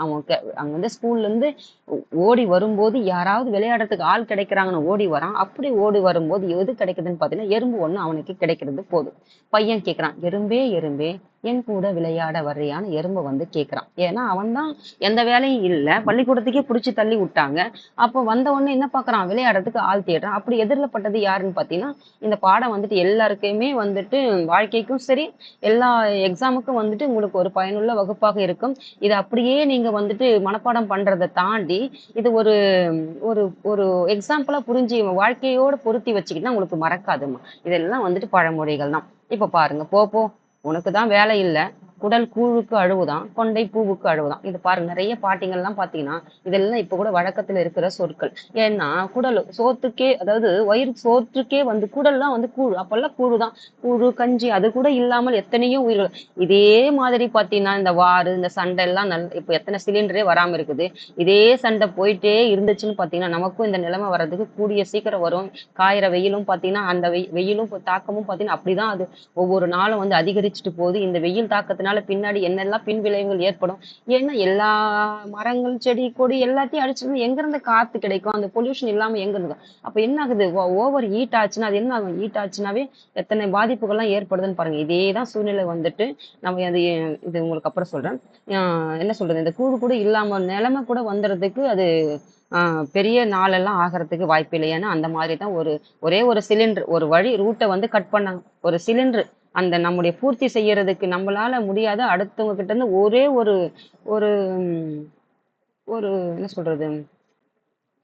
ஒரு பாதைய வந்து நிறுத்துனதுனால, அ ஒரு போக்குவரத்து பாதிச்சதுனால, அங்கிருந்து இறக்குமதி பண்றதுனால, அதனால நின்னதுனால, எத்தனை இன்னை வரைக்கும் ஒரு சிலிண்டர் கிடைக்கிறதுன்றது ஒரு மாத கணக்குல ஆகுதுன்னா, அப்போ அது எந்த சூழ்நிலைக்கு கொண்டு போய் ஒரே ஒரு சிலிண்டரே இப்படி ஒரு பாதிப்பை ஏற்படுத்துதுன்னா, அப்போ உணவு முறைகள் வந்து நம்மளுக்கு பாதிப்பு ஏற்படுச்சா, அப்ப நம்முடைய நிலைமை எந்த மாரி போகும்னு பாருங்க. அப்போ அந்த காலகட்டத்துல கூழு தான் வந்துட்டு அதுவே கிடைக்காத பெரும் ஒரு அ அரு ஒரு ஒரு ஒரு மிகப்பெரிய உணவா இருந்தது பாருங்க. குடல் கூழுக்கு அழுவுதாம், கொண்டை பூவுக்கு அழுவுதாம். வயித்துக்கு கூழே இல்ல. இந்த தலைக்கு பூ வேற கேக்குது. நெறைய பாட்டிங்க பாருங்க. அதாவது சில பிள்ளைங்க பாத்தீங்கன்னா, நல்லா ஒரு ஒரு அலங்கரிச்சுக்கிறாங்கன்னு வச்சுக்கோங்களேன். அவங்கள பாத்தீங்கன்னா கேட்பாங்க. இங்க வந்துட்டு வேலை செய்யாதுங்க. ஆனா பாத்தீங்கன்னா, அந்த குழந்தைங்க வந்துட்டு பாத்தீங்கன்னா, ஒரு இந்த மாரி ஒரு தன்னை அழகுபடுத்திக்கிறாங்கன்னா, அப்ப பாட்டிங்க வந்து சொல்லுவாங்க. வீட்ல வந்துட்டு குடல் கூழுக்கே இல்ல. ஆனா கொண்ட பூவுக்கு அழுவுதா அப்படின்ற மாதிரி பாட்டிங்க இப்ப கூட நீங்க பாத்தீங்கன்னா, இந்த மாரி ஆடைகள்லாம் வந்து பாட்டிங்கள்லாம் பேசுவாங்க பழமொழிகளாம். அப்ப எனக்கு நெறைய வேலை கிடைக்கு. நான் என் குழந்தைகளுக்கு தீனி கொடுக்கணும். அந்த எறும்பு சொல்லுது, "எனக்கு நெறைய வேலை கிடக்குது." அந்த மாரி ஏன்னா குடல் கூழுக்கு அழுவுது. எனக்கு விளையாட தான் ஒண்ணு கேக்குதா? எனக்கு என் பிள்ளைங்களுக்கு சோறே இல்ல. எனக்கு விளையாட்டு ஒண்ணு கேக்குதா? அப்படின்ற மாதிரி தான் இது. அப்போ என் குழந்தைகளுக்கு தீனி கொடுக்கணும். தீனின்னா உணவு. தீனின்னா என்ன பொருள் பார்த்தீங்கன்னா, உணவு கொடுக்கணும். ஆ அரிசி, நொய்யெல்லாம் பார்த்திருப்பீங்க. அரிசியிலிருந்து பாதி பாதியா இருக்கிறது தான் நொய்யின்னு சொல்லுவாங்க. அப்போ அரிசியிலிருந்து அந்த சிறுக சிறுக உடைச்சது தான் வந்து நொய்யுமா. அதிலிருந்து எல்லாம் சேகரிக்கணும். சொப்பனத்தில் கண்ட அரிசி சோத்துக்கு ஆகுமா. நான் கிளம்புறேன். ஏதோ பறக்குதே அந்த தேனீ அதோ பறக்குதே, அந்த தேனீ கூட போய் விளையாடு அப்படின்னு சொல்லிட்டு யார் சொல்றான்னு பார்த்தீங்கன்னா, இந்த எறும்பு வந்து சொல்லுது. சொப்பனம்னா என்ன தெரியுமா? கனவு. கனவுல காண்ட அரிசின்னு ஒரு சோறுன்னு சொல்லிட்டு கனவு சொப்பனத்துல வந்துச்சுன்னா, கனவுல சோறுன்னு வந்துச்சுன்னா, அது எனக்கு சோறு வயித்துக்கு வந்துருமா? அதுதான் சொல்றது. சொப்பனத்தில் கண்ட அரிசி சோத்துக்கு ஆகுமா? அதாவது நெறைய அரிசின்னு கனவுல வந்துட்ட மாரி இருந்துச்சுன்னா, அது சோத்துக்கு வந்துருமா? அது கனவு கனவோட தானே போச்சு.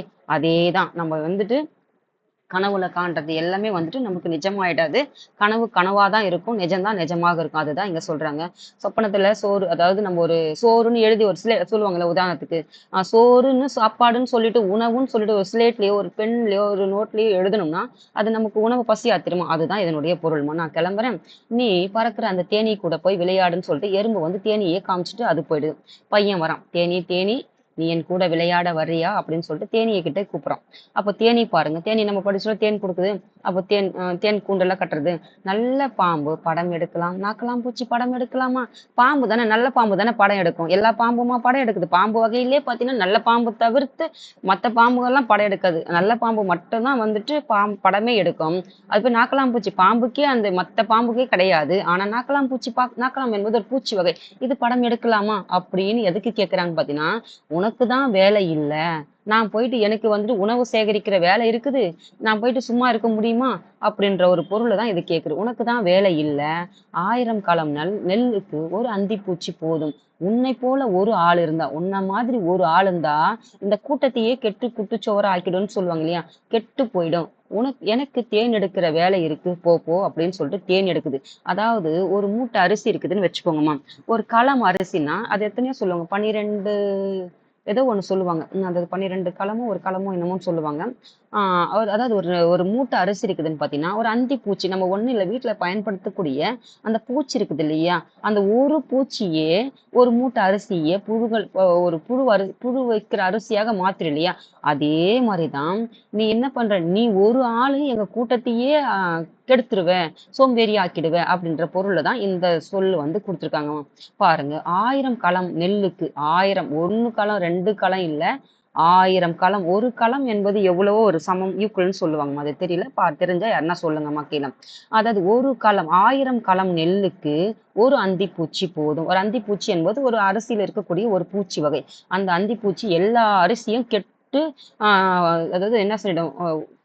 ஸ்பாயில் ஆக்கிடும். அந்த மாதிரி நீ எங்க கூட்டத்தையே என்ன செஞ்சிருவ?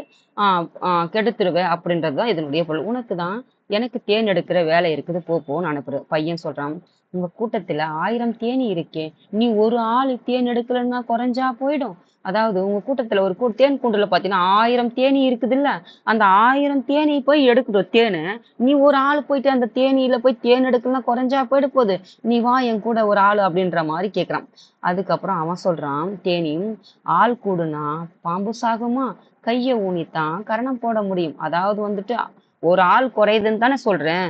அப்போ ஒரு ஆள் குறையுதுன்னா, அ எம் எல்லாரும் தான் ஒரு கை அதாவது பல கைகள் தட்டினா தானே ஓசை வரும். அதே மாரி தான். ஒரு ஆள் வந்துட்டு தேனீய வந்துட்டு தேன் கூண்டுல இருக்கிற தேன வந்து உருவாக்க முடியாது.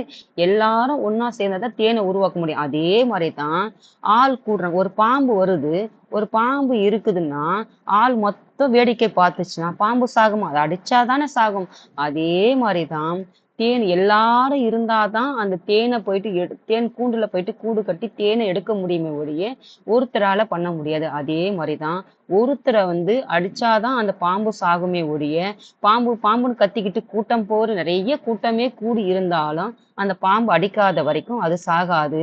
அதே மாரி தான் தேனீல பூக்கள்ல போயிட்டு தேனீய போய் எடுக்கலன்னா, தேன் வந்து கிடைக்காது அப்படின்ற பொருள்ல வந்து சொல்றாங்க. கைய ஊனித்தான் கரணம் போடணும். நம்ம கரணம் போடுறதுன்னு சொல்லுவோம்ல. சோப்பு கரணம் போடுன்னு சொல்லிட்டு, கரணம்னா அத முட்டி போட்டு செய்வாங்க. அதான் கைய ஊனி தான் முட்டி மண்டியிட்டு செய்வாங்க பாருங்க. அத சொல்லுவாங்க. கையை ஊனித்தான் கரணம் போடணும். அந்த கைய ஊன்னா தான் கரணமே போட முடியும். ஊனல்னா போட முடியாது. அப்படின்னா கரணம் போடணும்னா கூட கைய தான் ஊனணும். அப்படின்ட்டு சொல்றாங்க. அதே மாரி தான் போயிட்டு எல்லாரும் போயிட்டு அந்த வேலை செஞ்சா தான் அந்த தேன் கூட கிடைக்கும். அப்படின்ற பொருள்ல இத சொல்றாங்க. பூவெல்லாம் குறுகி மூடுறதுக்குள்ள நான் போய் தேன் எடுக்கணும். அப்ப பூவுல போயிட்டு அது சுருங்கிடும் இல்லையா? மூடிடும் இல்லையா? அந்த ஒரு நேரம் ஆயிடுச்சுன்னா, விரிஞ்சிருக்கும் வெயில்ல. மாலை பொழுதுல போயிட்டு அது மூடிடும் இல்லையா? அந்த மூடுறதுக்குள்ள போய் தான் நான் தேன் எடுக்க முடியும். அப்படின்னு சொல்லிட்டு அந்த தேனீ வந்து சொல்லுது. அதெல்லாம் வந்து இது உதாரணமா வந்து தேனீ வந்து சொல்லுது அந்த பிள்ளைக்கு.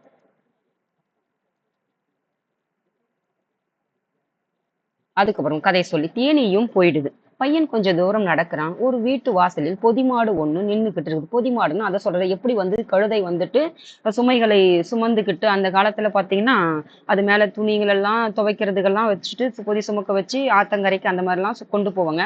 இதே மாரி பார்த்தீங்கன்னா, பொதிமாடு இந்த சுமக்கக்கூடிய இந்த பொதிமாட்டுல தான் வந்துட்டு நெறைய அ அதுக்கு முன்னாடி பெரிய மூட்டைகள்லாம் வச்சு கட்டி இழுத்துட்டு போய் வண்டி மாடெல்லாம் பார்த்துருக்கீங்க இல்லையா? அது மாரிலாம் மாட்டு வண்டிங்கலாம் இந்த மாரிலாம் கட்டி அதெல்லாம் இழுத்துட்டு போறது. அந்த மாரி ஒரு மாடு வந்து நிக்குது. பையன் போய் கேட்குறான், "மாடே மாடே சும்மா தானே இருக்கேன். என் கூட வந்து விளையாட வர்றியா?" அப்படின்னு அந்த பையன் அந்த மாட்டுக்கிட்ட கேட்குறான். மாடு சொல்லுது, "என்னது? சும்மா இருக்கேனா? காவடி பாரம் சுமக்கிறவனுக்கு தான் தெரியும். சும்மா இருக்கிறேன்னு சொல்றியே, ஏன்னா அது பொதி மாடு. நான் சுமக்கிறேன்." இப்ப காவடி நம்ம காவடி எடுப்போம் இல்லையா? முருகருக்கு. அப்போ காவடி எடுக்கும்போது, அந்த காவடி பாரம் இப்போ ஒரு ஒண்ணும் இல்ல.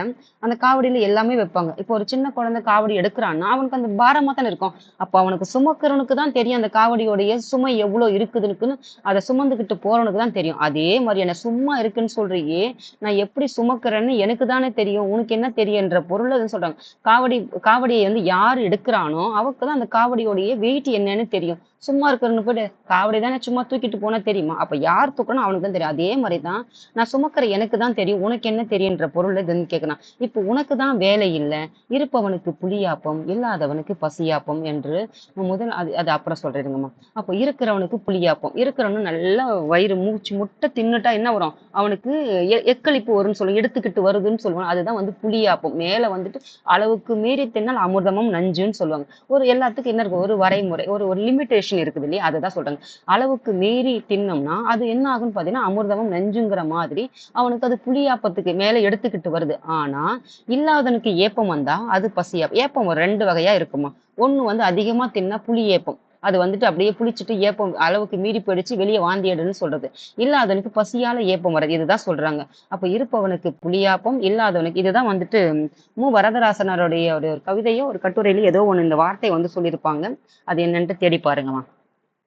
அதுக்கப்புறம் பாருங்க, நான் என் முதலாளிக்கு உப்பு மூட்டை, புளி மூட்டை எல்லாம் சுமக்கணும். அதுதானே அந்த பொதி மாடு சுமக்குது. உப்பு மூட்டை, புளி மூட்டை இது எல்லாம் இப்பதாம்மா வண்டி. அப்பல்லாம் அதுதான் இருந்தது. அந்த அவங்க பயன்படுத்தினது தான் வந்து அந்த சொற்களை வந்து நமக்கு குடுத்துருக்காங்க. எப்படியெல்லாம் சுமக்குது பாரு ஒவ்வொரு உயிர்களும் அப்படின்றது தான் குடுத்துருக்காங்க. ஒரு சிறு எறும்பேனும் எப்படியெல்லாம் தன்னுடைய வேலைய வந்து செய்யுதுன்னு சொல்றாங்க. நான் வரல. நீ அந்த ஆமைகிட்ட போய் விளையாடு அப்படின்னு சொல்லிட்டு, இப்ப ஆமைய வந்துட்டு யார் அனுப்புறான்னா, பொதி மாடு வந்து அனுப்புது.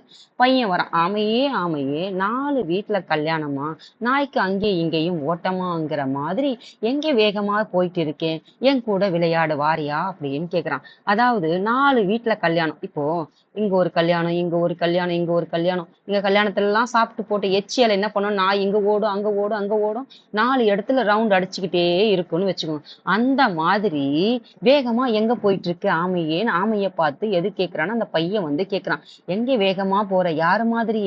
நாய்க்கு 4 வீட்ல கல்யாணம் ஆன நாய் எப்படி இங்கிட்டும் அங்கிட்டும் ஓடுமா? அந்த சாப்பாட்டுக்கு அது எச்சியல் எடுக்கிறதுக்கு. அந்த மாதிரி நீ எங்க வேக வேகமா ஓடிட்டு இருக்கே! அப்படின்னு கேட்டுட்டு, என் கூட விளையாட வரியா? அப்படின்னு கேட்குது இந்த ஆமைய இந்த பையன்.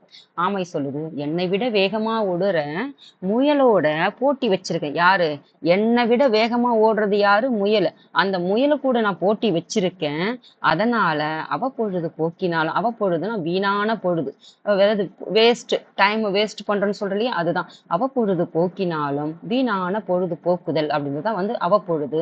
தவ பொழுது நல்லதுன்னுவாங்க. தவ பொழுதுனா ஒரு சின்ன தவம். அதாவது ஒரு சிறு பொழுதேன்னு அத வந்துட்டு என்னன்னு பண்றதுன்னா, வீணடிக்காமல் அதை வந்துட்டு பயன்படுத்துறது. தவ பொழுதுன்னா அதுதான். அப்போ நீ இன்னைக்கு முழுவதும் பொழுது வீணா கழிக்கிறத காட்டிலும், ஒரு சின்ன சின்ன வேலையா கொஞ்சம் கொஞ்சம் நேரம் கிடைச்சாலும், அத பாதுகாத்து அந்த காலத்த வந்துட்டு ஒரு பயனுள்ள வகையில செய்யறது வந்துட்டு நல்லதுன்னு சொல்லுவோம். அது தவம் இருக்கிற மாதிரி. அது வந்து நல்லதுன்னு சொல்லுவாங்க.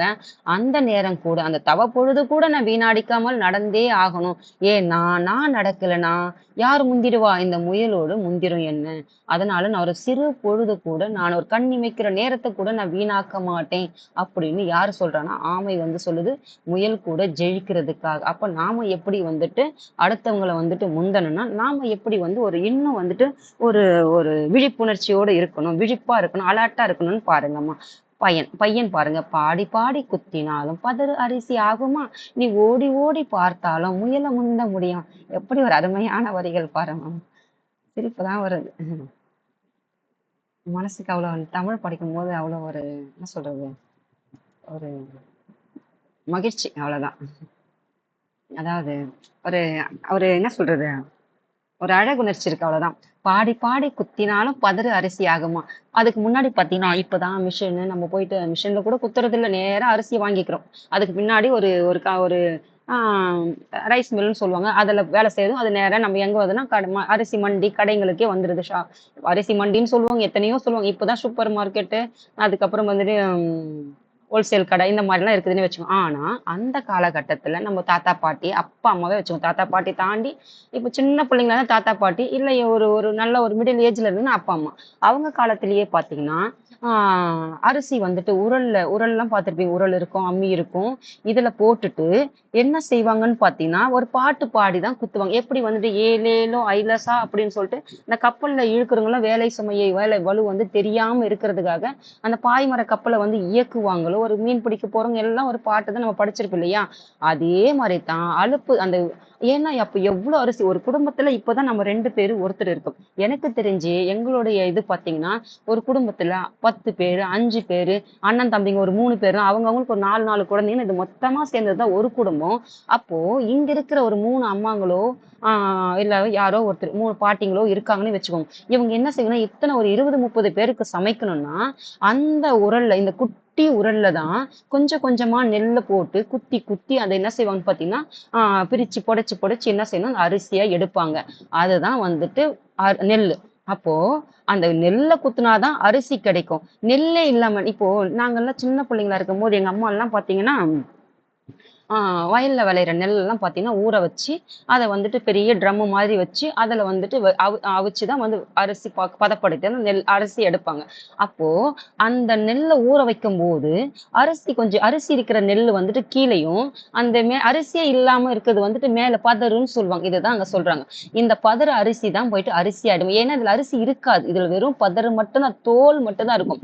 ஆனா, அந்த அரிசி என்ன ஆகும்னு பார்த்தீங்கன்னா, நீங்க என்னதான் நீ உரல்ல போட்டு பதற போட்டு குத்தி குத்தி என்னதான் நீ பாடி பாடி அந்த பதற நீ குத்துனாலும், அந்த பதற குத்துன பிறகு அரிசியா கிடைக்க போகுது. ஏன்னா, அது அரிசி இல்லாததான் அது மேல மேல வந்துட்டு மிதங்கிட்டு இருக்கும். அப்போ அந்த நீ அரிசிய குத்துனா தான் உனக்கு நெல்லுல இருக்கிற அரிசி அரிசி இருந்தா தான் அது அரிசி கிடைக்கும். ஆனா, அரிசியே இல்லாத நெல்ல குத்துனா, அந்த பதற குத்துனா உனக்கு நெல்லா கிடைக்க போகுது. அதே மாரி தான். நீ என்னதான் ஓடுன்னு ஓடுனாலும், நீ போயிட்டு யார முந்த முடியும்? முயல போய் முந்த முடியுமா? ஏன்னா நீ ஆம. ஆம வேகத்துல போகுறதுக்கும் முயல் எது கூட காட்டுல எல்லாம் பார்த்துட்டேன் எதையோ துரத்துனா கூட அந்த அளவுக்கு வேகமாக ஓடக்கூடியது தான் வந்து முயல். ஆனா ஆமை எப்படி போகும்? ஊர்ந்து ஊர்ந்து ஊர்ந்து ஊர்ந்து ஊர்ந்து செல்லக்கூடியது. இப்படிதான் ஊர்ந்து போகும். இது பார்த்தீங்கன்னா இப்படி வேகமா ஓடக்கூடியது. அப்போ அது என்ன சொல்றான்னு பார்த்தீங்கன்னா, நீ எப்படிதான் பாட்டு பாடி நீ நெல்ல குத்துனாலும், பதற போயிட்டு குத்துனாலும், அந்த பதறு போயிட்டு அரிசி ஆகிடுமா? அதே மாரி நீ என்னதான் ஓடி ஓடி பார்த்தாலும், நீ முயல முந்த முடியுமா? அப்படின்னு கேக்குது. அதுக்கு அது சொல்லுது. ஆமை அதிர அடிச்சா உதிர விளையும். அது மாதிரி முயற்சி செஞ்சா எல்லாம் முடியும். என்னால ஓட முடியாதுன்னு தானே சொல்றேன். இப்போ நான் வந்து ஒரு விவசாய குடும்பத்தினர். அப்பாவாகட்டும், அப்பா காலத்துல இருந்து தாத்தா காலத்துல சின்ன புள்ளையில இருந்தே இந்த விவசாயத்துக்கூட உயன்று வந்து தான் நீங்க எல்லாமே ஒரு விவசாய வேலைன்னா எல்லாமே தெரியும். இப்போ நாங்கல்லாம் பார்த்தீங்கன்னா, எங்க அப்பா வந்துட்டு இந்த விவசாயத்துக்கெல்லாம் ஆள் எல்லாம் வராத போதுல எங்களையும் சேர்த்து வச்சுட்டு அடிக்க சொல்லுவாரு. இந்த அந்த நெல் மணிகள் இருக்குது இல்லையா? அந்த தாளுன்னு சொல்லுவாங்க. இந்த தாள என்ன செய்யணும் பார்த்தீங்கன்னா, அந்த தாள வந்து ஒரு சின்ன கயிறுல கட்டி, அத ஒரு கல்லோ, ஒரு பலகை மேல வச்சுட்டு, ஒரு களம்ன்னு சொல்லுவாங்க. அந்த களம்னா, அந்த அறுவடை செஞ்சத வந்துட்டு அந்த களத்துல கொண்டு வந்துட்டு ஒரு சேகரிக்கக்கூடிய இடம்னு வச்சுக்கோங்களேன். அந்த இடத்துல அந்த கயிறுல கட்டி, கட்டி சின்ன சின்ன அத உதிராம தூக்கி, தூக்கி நம்ம அடிக்கிறோம்னா, அந்த நெல்லெல்லாம் கொட்டிடும். மொத்தமா வந்து அந்த அந்த தாள வந்து ஒரு கயிறுல கட்டி நம்ம தூக்கி அடிக்கும்போது, நல்லா அடிக்க, அடிக்க இருக்கிற நெல்லெல்லாம் தாள்ல இருந்து மொத்தமா கொட்டி, ஒரு களத்துக்கு வந்துட்டு ஒரு மூட்டைக்கு பிடிக்கிற அளவுக்கு அந்த நெல்ல வந்து சேகரிச்சுரும். அததான் சொல்றாங்க. "அதிர அடிச்சா உதிர விளையும்" அப்படின்னு சொல்றாங்க. அப்போ அடிக்க, அடிக்க அந்த நெல் மணிகள்லாம் என்ன செய்யும்? மொத்தமா வந்து கொட்டி கீழ விழுந்துரும். அதே மாரி தான் அதே மாதிரி முயற்சி செஞ்சா எல்லாம் முடியும். எப்படி வந்து நெல் மணிகள் தாள் இருக்குது. அடிச்சு, அடிச்சு, அடிச்சு அந்த நெல் மணிகள்லாம் மொத்தம் வந்து கொட்டி நம்மளுடைய ஒரு களத்துக்கு வந்துருதோ, அடிக்க அது அடிக்கலன்னா தாள்லே தான் கிடக்கும். அடிச்சா மொத்தம் கொட்டிடுதுல்ல. அந்த மாரி தான் அடிக்க, அடிக்க எப்படி வந்து உதிருதோ, அதே மாரி நான் முயற்சி செஞ்சுக்கிட்டே இருந்தா என்னாலயும் முடியும். நீ வேணும்னா, அதோ அங்கே படுத்திருக்குதுல்ல முயலு, அது கூட போய் விளையாடுன்னு சொல்லிட்டு, ஆமை வந்துட்டு முயல காட்டிட்டு அது போகுது. இப்ப கதை சொல்லி பையன் கொஞ்சம் தூரத்துல படுத்திருக்கிற முயல் கிட்ட போறான். முயலே முயலே, குத்துக்கல்லுக்கு என்ன குளிரா வெயிலாங்கிற மாதிரி கவலையே இல்லாம படுத்திருக்கிறியே, வா விளையாடலாம். யார விடுறான் பாத்தியா, எவ்வளோ ஒரு சோம்பேறி பாருங்க, எல்லாரையும் கெடுத்துட்டு இருக்கான் பாருங்க. இந்த மாதிரி பிள்ளைங்கள்லாம் இருக்கக்கூடாதுன்றதுக்கு தான் உங்களுக்கு கொடுத்துருக்காங்க. அப்ப முயலாண்ட போறான். குத்துக்கல், இப்போ ஒரு கல் இருக்குங்க, குத்துக்கல்னா என்ன சொல்லுவாங்கன்னு பாத்தீங்கன்னா, ஆம், நம்ம இப்பதான் வந்துட்டு கிலோமீட்டர், நம்ம சின்ன பிள்ளைங்கள் எல்லாம் இப்போ தாத்தா பாட்டி காலத்துல எல்லாம் பாத்தீங்கன்னா மைல் கல்லுன்னு சொல்லுவாங்க. ஒரு மைலுக்கு இப்ப கூட ரோட்ல எல்லாம் பாருங்க, இத்தனை தூரத்துல இருந்து இத்தனை கிலோமீட்டர் இருக்குதுன்னு சொல்லிட்டு கல் அங்கங்க நட்டு வச்சிருப்பாங்க. ஹைவே ரோட்லயும் எந்த ரோட்லயும் பாருங்க, அதுதான் வந்து குத்துக்கல்லுன்னு சொல்லுவாங்க. இந்த குத்துக்கல்லு வந்துட்டு அப்படியே நட்டு வச்சிருப்பாங்க. இந்த கட்டுக்கல் நட்டு வச்ச கல்லு பாத்தீங்கன்னா மழை பெஞ்சாலும் அதுக்கு பிரச்சனை இல்லை, வெயில் காஞ்சாலும் பிரச்சனை இல்லை, புயலே வந்தாலும் பிரச்சனை இல்லை, அது வந்துட்டு கல்லு கல்லாவே தான் இருக்கும் இல்லையா. அதை தான் அங்க சொல்றாங்க, குத்து கல்லுக்கு, அந்த குத்து நட்டு வச்ச கல்லுக்கு குளிரா வெயிலாங்கிற மாதிரி உனக்கு என்ன கவலை, உனக்கு கவலையே இல்லாம, ஏன்னா அங்க படுத்திருக்கு இல்லையா. ஏன்னா முயல் ஆமை வந்து மெல்லமா ஓட போகுது, நம்ம அதுக்குள்ள அது ஓய்வு எடுக்குதுலான்னு கொஞ்ச நேரம் படுத்துட்டு இருக்கு. அந்த மாதிரி படுத்துட்டு இருக்கு. எந்த மாதிரி, குத்துக்கல்லுக்கு வெயிலா குளிராங்கிற மாதிரி படுத்திருக்கியே ஆமை, உனக்கு என்ன கவலையே இல்லாம படுத்திருக்கியே, அப்படி சும்மா தான் இருக்கே, வா என் கூட விளையாட, உனக்கு என்ன கவலை, எதை மேல கவலை அப்படின்ற மாதிரி இந்த பையன் வந்து கூப்பிடுறாரு. இவர் ரொம்ப கவலைப்படுற மாதிரியும் அந்த முயலை வந்து கூப்பிடுறாரு. முயல் சொல்லுது, அகழியில் விழுந்த முதலைக்கு அதுவே சொர்க்கம். அதாவது முதலை எங்க இருக்கும், தண்ணியில தான் இருக்கும். அகழினா என்னது, இப்போ அகழினா என்னதுமா, அதாவது அந்த சுவர்கள், ஒரு மண்டம், ஒரு பெரிய ஒரு பாதுகாப்பு அரண் சொல்லுவாங்க இல்லையா. அகழினா என்னதுன்னா ஒரு, என்ன சொல்றது, வந்து இப்படி தேக்கி வச்ச நீர் கூட சொல்லலாம். இன்னொன்னு வந்துட்டு ஒரு கட்டடம், ஒரு ஒரு கோட்டை இருக்குது, அந்த கோட்டை சுத்தி ஒரு அகழி இருக்குதுன்னு சொல்லிட்டு அமைச்சிருப்பாங்கன்ட்டு நம்ம படிச்சோம். அப்போ அந்த கோட்டை சுத்தி அகழி இருக்குதுன்னா இது நீர் நிலைகள் இருக்கும். ஆனா இது வரவே முடியாதாக இருந்தாலும் இந்த அகழியில போயிட்டு முதல்ல விழுந்துச்சுன்னா அது நீர்ல தானே இருக்கும். அது பாதுகாப்பா அதுல இருந்து நம்ம தப்பிக்க முடியுமான்னா அதுக்கு தெரியாது. அது நீர்ல வசிக்குது, நீர் கிடைச்சுன்னா அதுதானே அதுக்கு சொர்க்கம். அப்படிங்கிற மாதிரி அகழியில விழுந்த முதலைக்கு எப்படி வந்துட்டு அந்த தண்ணி தான் வந்து சொர்க்கமோ, அத மாதிரி நிழலில படுத்து தூங்கினதுனால அதுதான் சொர்க்கம்னு நினைச்சு, மேல பார்த்தோன்னே சொர்க்கத்துல படுத்திருக்கிற மாதிரி ஒரு எண்ணம் வந்ததுனால நல்லா தூங்கிட்டேன். அப்படி தூங்குனதுனால யார்கிட்ட தோத்து போயிட்டேன், ஊர்ந்து ஊர்ந்து போகக்கூடிய முயல் ஆமை கதை நம்ம எல்லோரும் படிச்சிருப்போம் இல்லையா. அது இன்ச் இன்ச்சா இப்படிதான் ஊர்ந்து ஊர்ந்து போகுது. ஆமைய பாருங்க, முயலை பாருங்க, இதெல்லாம் பாருங்க, பார்க்கலன்னா பாருங்க, எல்லாருக்கும் தெரியும். இருந்தாலும் பாருங்க, அதுங்கிட்டயே நான் தோத்து போயிட்டேன். ஏன், சொர்க்கமா இருக்கிற அந்த தூக்கத்தினால நான் தோத்துட்டேன். ஆனா இந்த தடவை நானு முந்தியே ஆகணும். யார, ஆமைய நான் முந்தி ஆகணும். அதனால நான் வேகமா ஓடணும். நீ வேணும்னா அங்கே இருக்கிற குட்டிச்சுவரு கூட போய் விளையாடு, என்ன ஆள விடு அப்படின்னு சொல்லிட்டு யார் சொல்றா, ஆமை முயல் வந்து சொல்லுது. எவ்வளவு ஒரு அருமையா இருக்குது இல்லம்மா இது. பாருங்க, இதுதான் அந்த பொம்மலாட்டம். பின்னாடி வந்து இயக்குவாங்க. நிறைய பாருங்க, இதெல்லாம் ஸ்கூல் பிள்ளைங்களுக்கு அப்படிதான் சொல்லி கொடுக்கணும். அப்பதான் குழந்தைங்க வந்து ஆர்வத்தோட அந்த பாடத்தை கத்துப்பாங்க. இது இருக்கிற கருத்துக்களையும் உள்வாங்கிப்பாங்க. கதை சொல்லி அந்த பையன் கார்த்திகை மாசம் பிறை கண்ட மாதிரி விளையாட ஆள் கிடைச்சிட்டான்னு நினைச்சு அந்த குட்டி சுவர் மேல ஏறி ஏறி குதிச்சு விளையாடுறான். அதாவது கார்த்திகை மாசம், கார்த்திகைன்னா என்னது, கார்த்திகைனா இருள் நிறைந்த மாதம், அதாவது தமிழ் மாதம். சித்திரை, வைகாசி, ஆனி, ஆடி, ஆவணி, புரட்டாசி, ஐப்பசி, கார்த்திகை. ஐப்பசி, கார்த்திகை இதெல்லாம் பாத்தீங்கன்னா மழைக்காலம், கார்காலம் சொல்லுவாங்க இல்லையா. அப்போ கார்காலம்னா என்னதுன்னு பாத்தீங்கன்னா மழைக்காலம். நல்ல மழையால நல்லா அடைமழை பெஞ்சுட்டா எப்படி இருள் சூழ்ந்துதான் இருக்கும். அப்போ அந்த இருள் சூழ்ந்திருக்கிற அந்த காலகட்டத்துல பிறைனா என்னதுமா, நிலவு. நிலவு பார்த்தா எப்படி இருக்கும், அப்ப இருட்டுல நிலவு பார்த்தோன்னா எப்படி இருக்கும், அந்த வெளிச்சத்தை பார்த்த உடனே ஒரு ஒரு என்ன சொல்றது, ஒரு மகிழ்ச்சி இருக்கு இல்லையா. அந்த மாதிரி எப்படி வந்து இருள்ல வந்துட்டு நல்லா மழை பெஞ்சு அடி அடின்னு மழை பெய்யுதுமா. மழை பெஞ்சிட்டும் போது நல்ல இருள் சூழ்ந்து இருக்கும் போது ஒரு வெளிச்சம் வந்துச்சு, ஒரு வானத்துல ஒரு நிலவு தோணுச்சுன்னா வெளிச்சமா இருக்கலாம். அவ எப்படி வந்துட்டு ஒரு ஆள் கிடைச்ச மாதிரி சொல்றாங்க. அதுதான் வந்து விளையாட ஆள் கிடைச்சிட்டாங்க. எப்படி கார்த்திகை மாசத்துக்கு வந்து நிலவு கிடைச்சிட்ட மாதிரி ஒரு ஒரு வெளிச்சத்தை கொடுக்குற மாதிரி இவனுக்கு வந்து ஐயோ இத்தனை பேர் கிடைக்கல, விளையாடுறதுக்கு ஆள் கிடைச்சிட்டாங்கன்னு. யார, அந்த குட்டுச்சுவரை தான் வந்துட்டு விளையாடுறதுக்கு ஆள் கிடைச்சிருச்சுன்னு நினைச்சிட்டு, அந்த குட்டுச்சுவர்னா என்னதுமா, இப்பதான் வந்துட்டு மாடி வீடு, அதுக்கு முன்னாடி பாத்தீங்கன்னா கூரை வீடு, ஓலை கூரை வீடு இந்த மாதிரி ஓட்டு வீடு இந்த மாதிரி தான் இருக்கும். இது பார்த்தீங்கன்னா கூரையெல்லாம் பிரிச்சுட்டு ஒரு சுவர் மட்டும் இப்படி இருக்கும். அது என்ன பண்ணும் பார்த்தீங்கன்னா அந்த குட்டு சுவரை வந்துட்டு அப்படி இடிக்காம அந்த சுவர் மட்டும் எடுப்புனது இருக்கும். மேலே கூரெல்லாம் இருக்காது. அதுதான் வந்து குட்டு சுவர். இதுதான் வந்து ஒரு வாசப்படினே வச்சுக்கோங்கம்மா. இது வந்துட்டு வீட்டுடைய சுவர். இந்த சுவர் வந்துட்டு மேல அந்த தளம் இருக்காது. சுவர் மட்டும் இப்படி நிக்கும். இருங்க இப்படி சொல்றேன் உங்களுக்கு. இதுதான் சுவர். இப்ப மேல இருக்கிற கூரை கிடையாது. இந்த சுவர் மட்டும் இப்படி நிக்குது. இந்த பக்கம் ஒரு சுவர் நிக்குது. இந்த பக்கம் ஒரு சுவர் நிக்குதுன்னு வச்சுக்கோங்கம்மா. இப்போ இந்த சுவர் என்ன பண்ணுவாங்கன்னா, சில பேர் வந்துட்டு அது ஸ்ட்ராங்கா இருக்குதுன்னு இடிக்க மாட்டாங்க. அத அப்படியே கூரைய மட்டும் பிரிச்சுட்டு விட்டுடுவாங்க. அந்த இடம் வந்து பாழடைஞ்சு இருக்குதுன்னே வச்சுக்கோங்க. இதெல்லாம் தெரியாத பிள்ளைங்களுக்கு சொல்றேன். இது நாங்கலாம் இந்த கிராமத்துல பழகி வளர்ந்ததுனால இந்த கதைகள்லாம் உங்களுக்கு சேர்த்து சொல்றேன். எனக்கும் இது பார்த்ததுனால தான் தெரியும். இல்லாட்டி எனக்கும் தெரியும். நான் அப்படியே இது வாசிச்சுட்டு தான் உங்களுக்கு சொல்லிட்டு போயிருவேன். இப்போ அந்த சுவரு கூட என்னன்னு பார்த்தீங்கன்னா, அந்த சுவர் மேல போயிட்டு விளையாடுறதுக்கு ஏறி ஏறி குதிக்கிறான் ஒரு பையன். அந்த குட்டு சுவர் மேல. அதுதான் குட்டுச்சுவருன்னா, மேல இருக்கிற கூரையெல்லாம் இல்லாம வெறும் சுவர் மட்டும் இருக்குதான் குட்டுச்சுவர். இப்பல்லாம் வந்து சிமெண்ட், கான்கிரீட்ன்னு சொல்லுவாங்க. அப்பல்லாம் வெறும் மண் சுவர் தான். அந்த மண் என்ன ஆகுன்னு பார்த்தீங்கன்னா, மழைய பேஞ்சு பேஞ்சு பேஞ்சு மண்ணு வந்து ஊறும் இல்லையா? அதுதான் வந்துட்டு கரையும் இல்லையா? அதுதான். இது ரொம்ப நாள் பழைய சுவர். எப்படின்னு பார்த்தா ரொம்ப பழசான சுவரு. அது மழையில வேற நல்லா ஊறி இருக்கு. இவன் ஏறி குதிச்சதும், அது பொல பொலன்னு இடிஞ்சு விழுது. இதுல இருந்த பூச்சி, எறும்பு, வண்டு எல்லாம் வெளியில வருது. நெறைய பார்த்தீங்கன்னா, அந்த காலகட்டத்துல அந்த அந்த சுவர்ல எல்லாம் பார்த்தீங்கன்னா, தேளு, பாம்பு இந்த மாரி பூச்சி, எறும்பு, வண்டு, நண்டு எல்லாமே அந்த சுவத்துல தவளை இது எல்லாம் இருக்கும். அந்த மாரி ஒரு சுவத்துல போயிட்டு அதாவது அந்த சுவத்துக்கிட்டலாம் போக வேணாம்னு சொல்லுவாங்க சின்ன வயசுல. அந்த மாரி இருக்கிற சுவரெல்லாம் எப்போனாலும் விழும். அந்த மாரி. அப்போ இந்த மாரி இருக்கிற சுவத்துல இந்த உயிரினங்கள்லாம் அதுல வசிக்குது.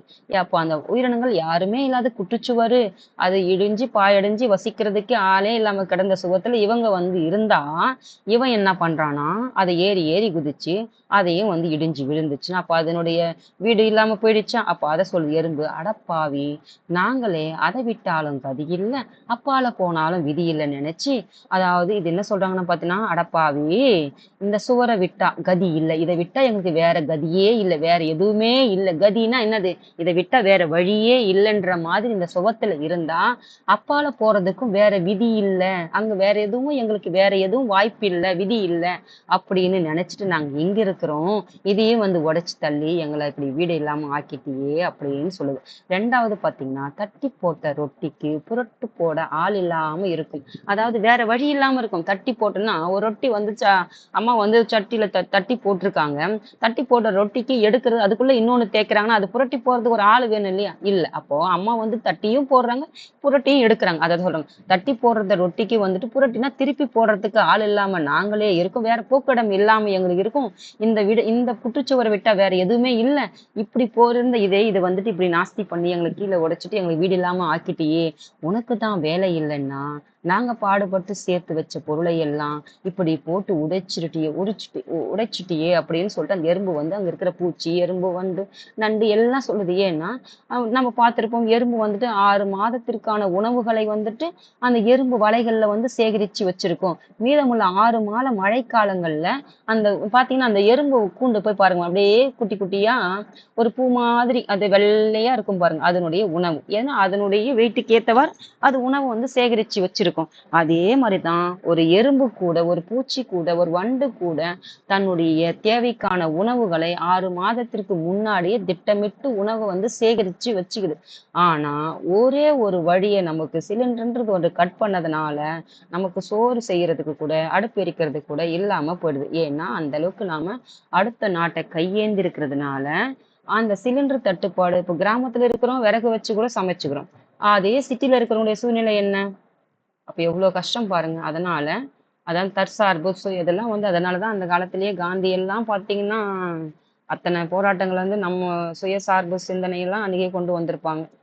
இத நாம இன்னி வரைக்கும் அவங்க இறந்து 100 ஆண்டுகள் ஆனாலும், அது நம்ம இப்போ வரைக்கும் அந்த கஷ்டத்துல அதே சூழ்நிலை தான் இருந்திருக்கோம்னா பார்த்துக்கோங்க. அப்ப எந்த மாற்றங்கள் வளர்ச்சி அடைந்திருந்தாலும், அததான் காந்தி சொல்லியிருப்பாரு. கிராமப்புறங்கள் தான் இந்தியாவினுடைய முதுகெலும்பு. அதுதான உண்மை. இப்ப மேல மேல இப்போ வந்து இண்டஸ்ட்ரியல்ஸ், கம்பெனிஸ் நெறைய சிட்டிக்குள்ள வந்துட்டாலும், அந்த கிராமப்புறங்கள்ல இருந்து அத டெவலப் பண்ணா தானே இங்க ஒரு நாடோடைய வளர்ச்சி இருக்கும். அவங்க இருக்கிறவங்க அங்கேயே தான் அப்படியே தான் இன்னைக்கு பாருங்க விவசாயம் பண்றாங்க.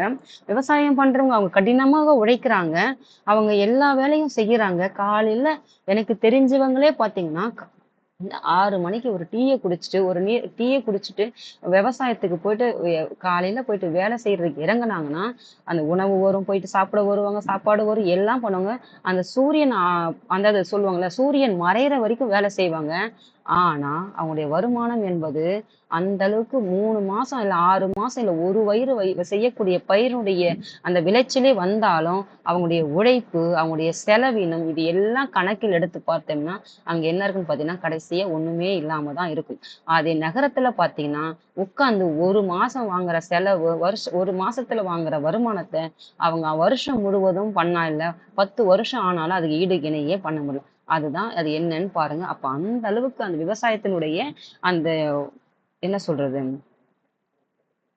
அந்த அந்த அந்த அந்த வழி, அதாவது உழைக்கிற வர்க்கத்தை சொல்றேன். உழைப்பினுடைய அந்த அதாவது எளிமையான உழைப்புக்கும், கடினமான உழைப்புக்கும் இருந்தாலும், அந்த வருமானம் அதிகமாக குடுக்கக்கூடியது எங்கன்றது பாருங்க. அதுதான் இதனுடைய பொருளா சொன்னேன்மா. அப்ப இத முடிச்சுட்டோமா? இப்ப பாருங்க. ம். அதான் அந்த பாடுபட்டு சேர்த்து வச்ச பொருள் எல்லாம் நான் சேர்த்து வைக்கிறத பத்தி சொல்றேன். ஆனாலும் இந்த உழைக்கிற வர்க்கம் உழைச்சுக்கிட்டே தான் இருக்குது. ஆனாலும் அவங்க அதே நிலைமையில தான் இருக்காங்க. நான் எதுக்கு சொல்ல வரேன்னா, அவரு கிராமத்துல இருந்ததுக்கு சொல்லாங்க இல்லையா? கிராமம் தான் இந்தியாவினுடைய முதுகெலும்புன்னு சொல்லிட்டு. அதுதானே 100க்கு 100 உண்ம. ஆனா வந்துட்டு அது இன்ன வரைக்கும் அது வளர்ச்சி அடையாம அப்படியே தான் இருக்குது. அததான் சொல்ல வந்தேன். அது அப்படியே தான் 100 வருஷத்துக்கு முன்னாடியே சொன்னதும், இன்னிய வரைக்கும் அதே சூழ்நிலை தான் இருக்கு. எந்த ஒரு மாற்றமும் இல்ல. அததான் வந்துட்டு அங்க இருக்கிற இப்ப கூட நீங்க அந்த லேண்ட போய் பாருங்க. தரிசு நிலங்கள்லாம் தரிசு நிலமா தான் இருக்கும். அந்த மாரி இடத்தெல்லாம் ஒரு கம்பெனியோ, ஏதோ ஒரு மக்களுக்கு தேவையான ஒரு பண்ணையோ உற்பத்தி செஞ்சு குடுத்தோம்னா, அங்க இருக்கிற வாழ்வாதாரம், அங்க இருக்கிற மக்கள் வந்துட்டு, அங்க அவங்களுடைய வேலைவாய்ப்பு உருவாக்கி தரல. அததான் நான் அந்த பொருள தான் சொல்றேன். அப்போ 100 வருஷத்துக்கு முன்னாடி காந்தி சொன்னது ஏதாவது மாற்று கருத்து இருக்காதுன்றத கொஞ்சம் யோசிச்சு பாருங்க. இங்க ஒரு விஷயம் சொல்றேன்மா. பசங்க வந்துட்டு படிச்சிருக்காங்க. 2 டிகிரி, 3 டிகிரி வாங்கி படிச்சிருக்காங்க.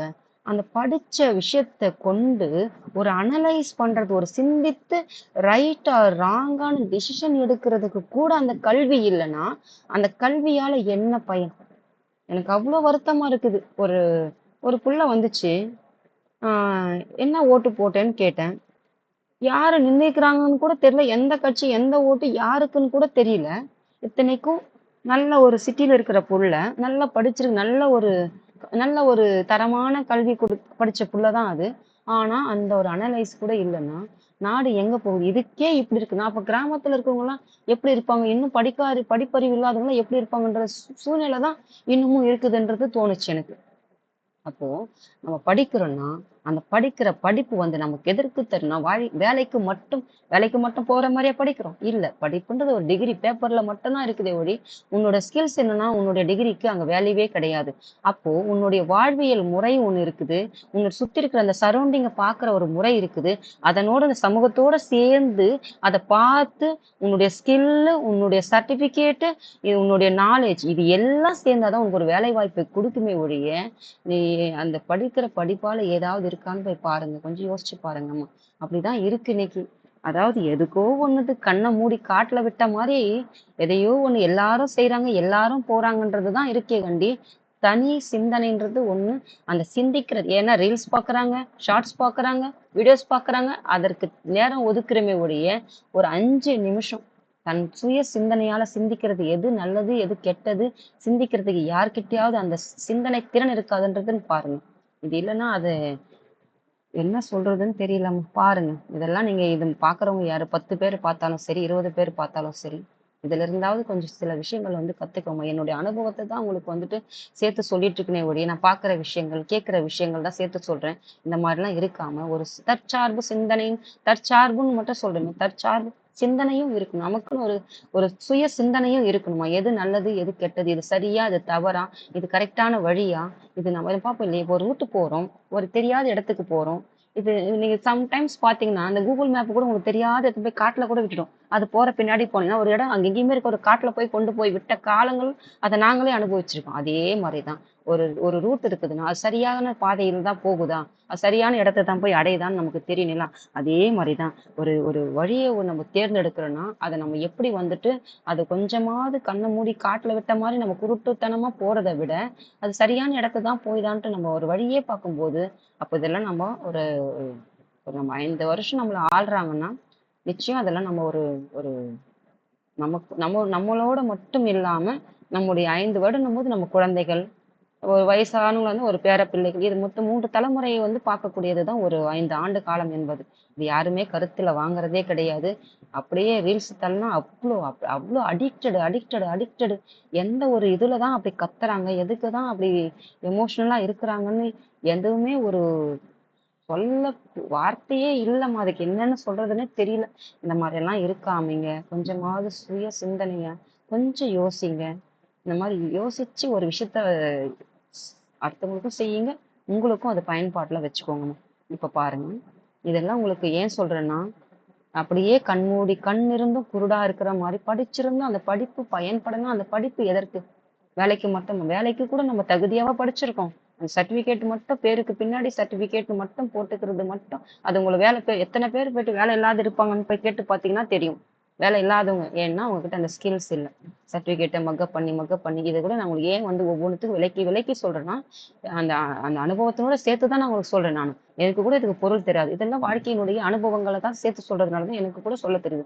ஆனா இப்ப இருக்கிற பிள்ளைங்களுக்கு அதை கொடுத்து பாருங்க. அதை நிச்சயம் அதனுடைய பொருளே விளங்காது. அதனாலதான் நம்முடைய படிக்க என்பது நம்முடைய அனுபவத்தின் சேர்ந்து நம்முடைய அன்னாட வாழ்க்கை முறை நம்ம வீட்டுல இருந்தோ நம்ம நாட்டுல இருந்தோ நம்ம ஒரு தெருவுல இருந்தோ இதனோட சேர்த்து தொடர்பு படுத்தி நம்ம சுற்றத்தாறு பக்கத்துல இருக்கவங்களுக்கு தொடர்பு படுத்தி தான் ஒரு விஷயத்த நம்ம உள்ள எடுத்துக்கிட்டோம்னா அது அது நமக்கு ஒரு அது மறக்கவே செய்யாது. நம்ம வாழ்க்கையும் பயன்படுத்தும். நம்முடைய படிப்பு ஒரு வேலைக்காகவும் இருக்குமா. இதுதான் நீங்க இந்த முறையில தான் நீங்க படிக்கணும். அப்போ பாருங்க. எறும்பு, பூச்சி எல்லாம் கோபத்தோடு அவன் கையில கால்ல ஏறி நறுக்குன்னு கடிக்குது. ஏன்னா கோவம் வந்துருச்சு. வீட்டை ஃபுல்லா இடிச்சுட்டான். போறதுக்கு வழியில உணவு ஃபுல்லா வீணாயிடுச்சு. மழை பெஞ்சிட்டு இருக்கு. என்ன பண்ண முடியும்? அப்ப கோவத்துல அந்த பையனோட கால் எல்லாம் கடிச்சிருச்சு. அல்லறவன் பக்கத்துல இருந்தாலும் கில்லறவன் பக்கத்துல இருக்கக்கூடாதுன்னு சும்மாவா சொன்னாங்க? சொல்லுவாங்க இல்லையா? அந்த பையன் வலி பொறுக்க முடியாம கத்திக்கிட்டு ஓடுறான்.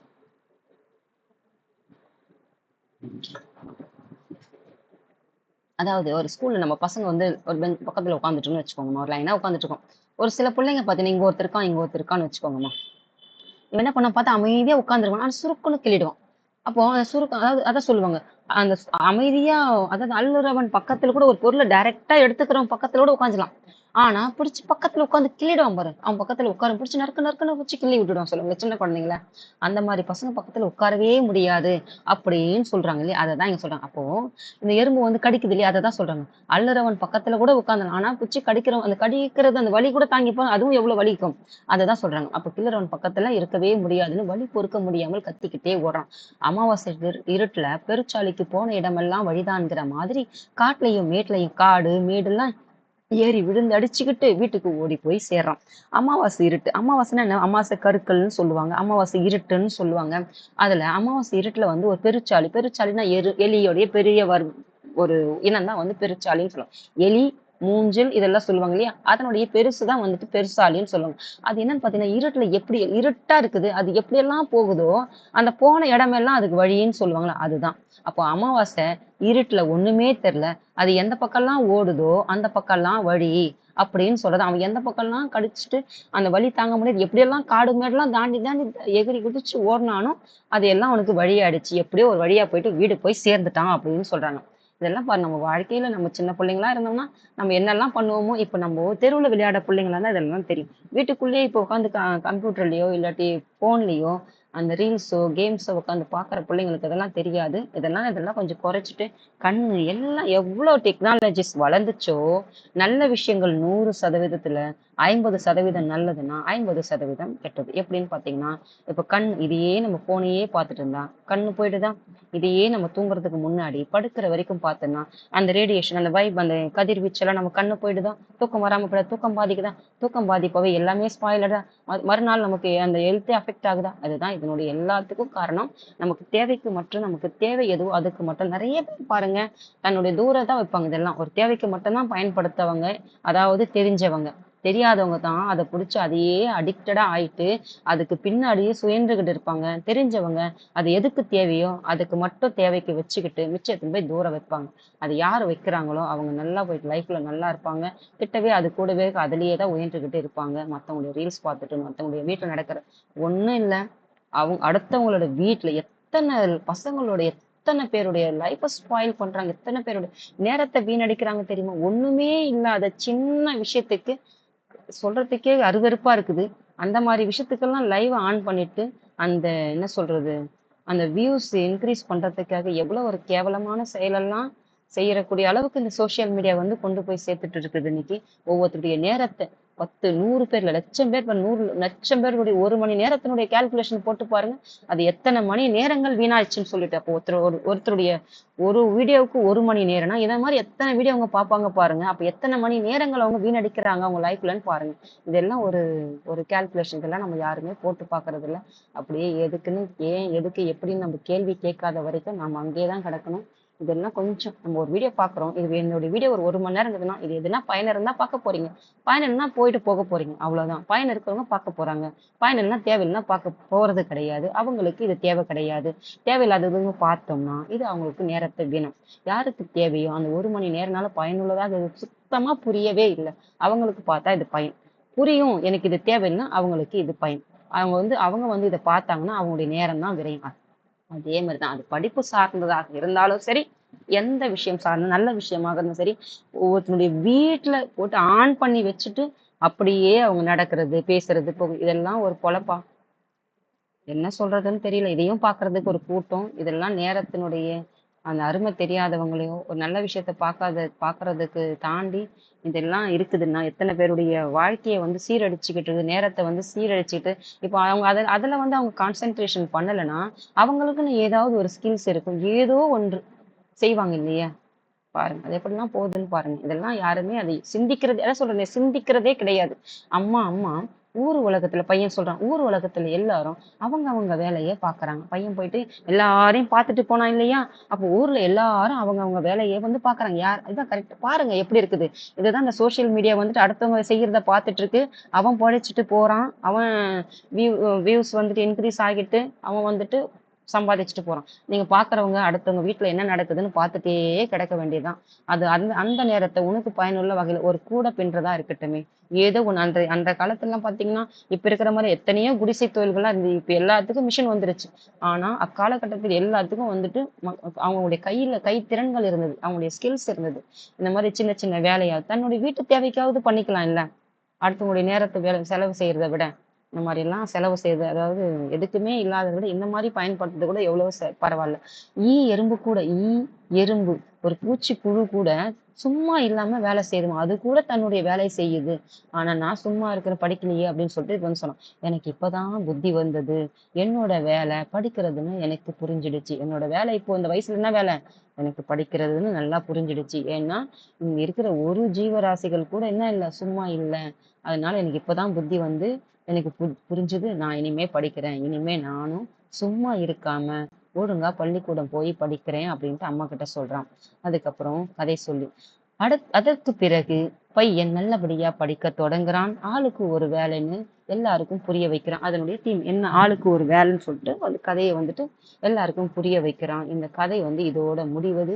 இதுவரைக்கும் பொறுமையா இருந்து இந்த பொம்மலாட்டை பார்த்து உங்கள் எல்லாருக்கும் நன்றி தெரிவிக்கிறேன். அதாவது ஒரு சினிமா இருந்துச்சுன்னா நம்ம சொல்லுவோம் இல்லையாமா?